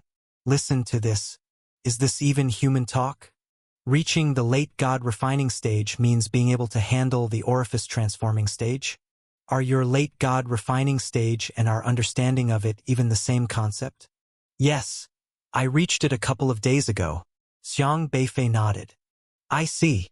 That's a bit slow. I have higher expectations of you, Elder Luo said with an utterly calm expression. But inside, he was already ranting. You rascal, how exactly are you cultivating? From entering the god refining stage to the late god refining stage, how did you manage it in less than half a year? UR level awakeners take several years. Okay. Isn't it said that the higher the realm, the slower the strength increases? Why does it seem faster for you in the god refining stage than in the meridian opening stage? Is there something wrong with your head? Elder Luo had countless words stuck in his throat, feeling uneasy until he spoke them out. However, he maintained a robust facade. The boy was right, he was the master. He couldn't afford to lose face by acting inexperienced. I will strive to break through to the orifice transforming stage this year, Xiang Beifei said earnestly. Elder Luo's eyelid twitched. This year? I remember you started cultivating quite recently with the awakening system, right? You're telling me you want to break through to the orifice transforming stage this year? You. Elder Luo felt like he was suffocating and could barely breathe. But now he didn't even want to question it anymore, because he felt that if this kid had something wrong with him and was acting impulsively again, it might actually be possible. It seems that knocking some sense into you quite often is very effective. Should I knock you again? Elder Luo cracked his knuckles again, asking meaningfully. Xiang Beifei involuntarily took a step back, widening his eyes. The knocking? Is it the knocking you mean? Isn't it? Xiang Beifei. As the master and disciple were discussing knocking on the head, Zhao Ruizhong was utterly shocked when he saw Xiang Beifei's true face. Zhengxian, you are Xiang Beifei. Zhao Ruizhong looked at Xiang Beifei in disbelief. Just now, Xiang Beifei had been knocked silly, and the disguise from the Ronin sword had been broken, revealing his true face. Now that everyone knew what Xiang Beifei looked like, Zhao Ruizhong recognized him immediately. Oh, right, I was just about to say that, Xiang Beifei said, rubbing his dizzy head. Xiang Beifei. Zhao Ruizhong gasped.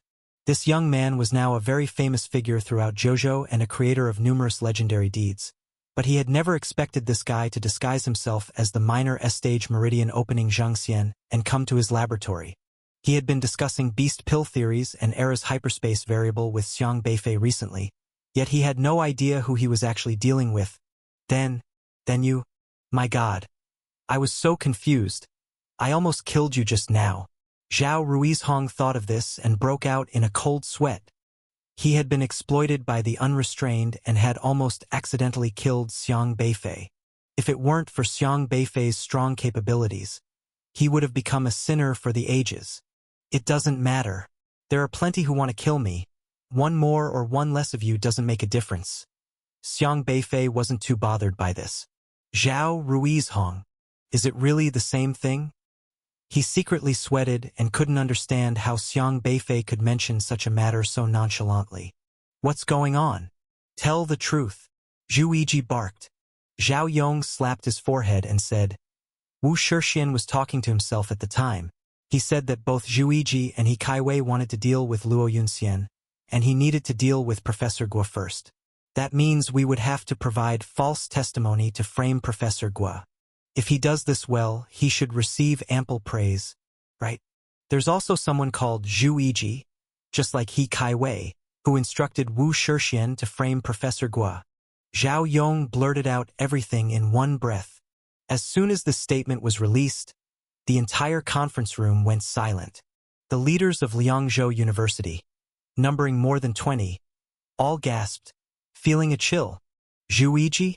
Zhao Yong actually said Zhu Yiji was also involved in the plot against Professor Guo.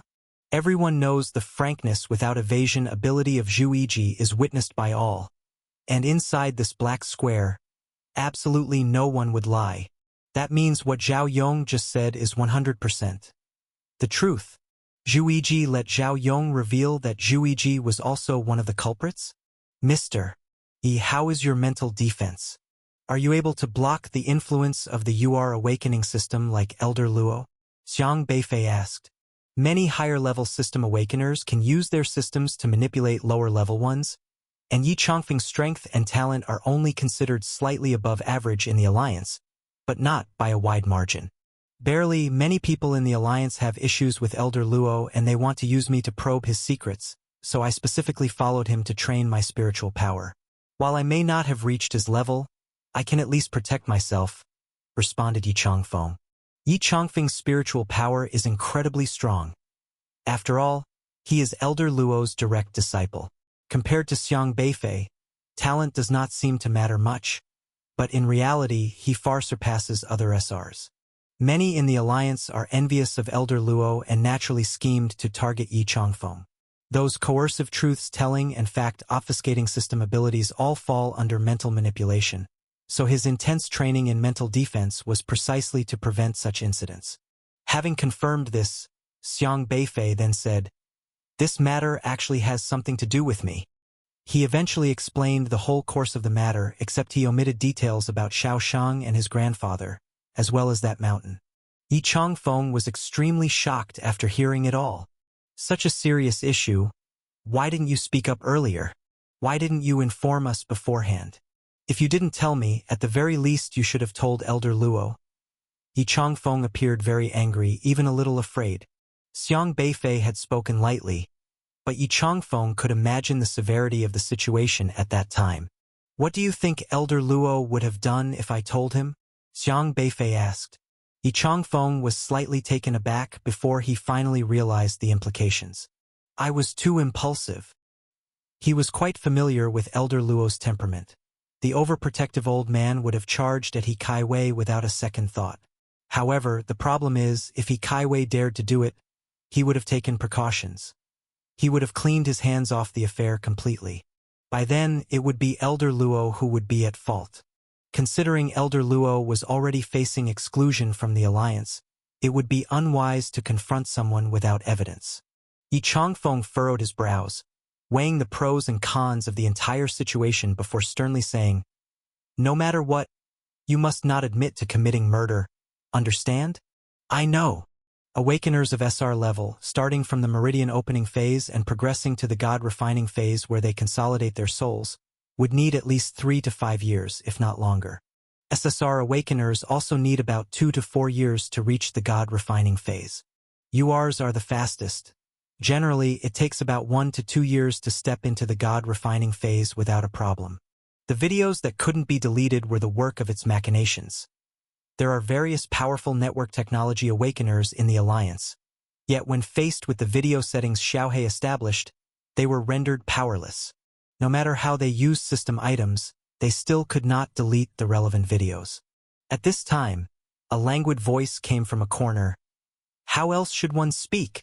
The martial arts college always speaks with fists. How about you two have a fight? Wei Tong turned his head to look and then realized that Elder Luo had been sitting there without them noticing. His face quickly changed. Fight? What a joke. Although he was an SSR, he couldn't block even one punch from Yi Changfeng. And Shiyu at his side realized something and spoke out. Have you reached the late stage of meridian opening? Professor Guo also reacted, looking at Xiang Beifei in astonishment. He knew Xiang Beifei was talented, but normally by now, he should at most be at the mid-stage of meridian opening. How could he suddenly have achieved this level? After contemplating for a moment, Xiang Beifei shook his head. Not yet. So, what is your cultivation level? Professor Guo asked cautiously. Mid-stage of meridian opening, Xiang Beifei replied. It wasn't that he didn't trust Professor Guo. In fact, he was concerned about Shiyu. And Shiyu followed his advice from last term and opted to develop in the direction of the Alliance. Now interning there. The Alliance had been watching him, searching for his information, so it would certainly spare no effort to find a breakthrough from those around him. And clearly, Shiyu was one of them. Of course, Xiang Beifei believed that given her character, Shiyu would not betray him of her own accord. But after all, she's just an SR at the late stage of meridian opening. If any SSR like Mu Yiqing at the late stage of God refining were to approach her, it would be easy to subtly extract information from Shiyu, even if Liangzhou University had many confidentiality measures in place for students. Liangzhou University is no longer purely its own. For example, the person managing the martial arts college from the literary Dao faction is someone sent by the Alliance, all watching Xiang Beifei closely. My strength has already improved fast enough with the awakening system. I've reached the early stages of meridian opening in just half a year, and in less than a year I've reached the late stages of meridian opening, far surpassing the ordinary SSR. Such a terrifying rate of cultivation, even UR awakeners can't match it. If those people were to find out that my cultivation speed is this fast, they would probably stop at nothing to trouble me. Therefore, Xiang Beifei must keep it hidden, waiting until he breaks through to the God-refining phase. Only then will he truly have the ability to protect himself and not fear people like Yi Kaiwei. And even have the element of surprise to teach those lofty SSRs and URs from the Alliance a lesson. I had already spread this message, and in the previous period, I had deliberately displayed my mid-stage meridian opening strength in front of many students so that Yi Kaiwei could rest assured. Now Yi Kaiwei will definitely think that it was Elder Luo who struck down those 3 people, so he will not dare to act rashly. Yi Kaiwei and the others focusing their attention on Elder Luo will instead not pay attention to Xiang Beifei, whose cultivation is only at the mid-stage of meridian opening. That way, Xiang Beifei can quietly develop. Once he has the cultivation, he can then burst out and join the group fights. So that's how it is. Such strength, Professor Guo could still accept, but he seemed clearly somewhat disinterested. He really wished that Xiang Beifei's cultivation was at the late stage of meridian opening. Then why did you ask about the matters of the soul? Professor Guo asked again. A powerful aura condensed about him into a razor-sharp edge, silently landing on Ma Kaiyan. When Ma Kaiyan saw Xiang Beifei, a shiver went through his heart, frightened by Xiang Beifei's terrible aura. Xiang Beifei was rumored to be the man who could kill a late-stage meridian opening one-armed crab with one punch, and his presence here was no joking matter. Ma Kaiyan steeled himself and cursed silently. After all, he was an official of the Alliance, and this kid, no matter how famous, was just a commoner, without power or influence. If anyone should be afraid, it should be him. Xiang Beifei, such a big shot, Ma Kaiyan said with a mocking tone. Xiang Beifei did not speak, merely glanced over indifferently, then walked towards Kong Daming and asked, I just saw the phone message. How's my grandfather? I don't know, he seemed to be feeling unwell a while ago, so I helped him upstairs to rest. He's upstairs now, Kong Daming said. Understood. I'll go up and see him. Without another word, Xiang Beifei headed for the stairs. However, Ma Kaiyan, seeing himself ignored, was quite irritated. Humph, not even the slightest courtesy. Roll, Xiang Beifei said directly. Yes. Ma Kainyan's head buzzed, and involuntarily, he lay down and actually rolled away from the scene. Ah! Kong Daming and Zhang Xiang both stared in shock as Ma Kainyan rolled away on the ground, completely flabbergasted for a moment. Could it be that Ma Kainyan actually just rolled away like that? Such an unexpected turn of events had taken them by surprise. Why bother patrolling the archive room? Who has nothing better to do than to steal from the archives? If you ask me, it wouldn't matter if we didn't come for a whole year, Zhou Guan said lazily, cradling his head in his hands as he followed behind Sun Zhong.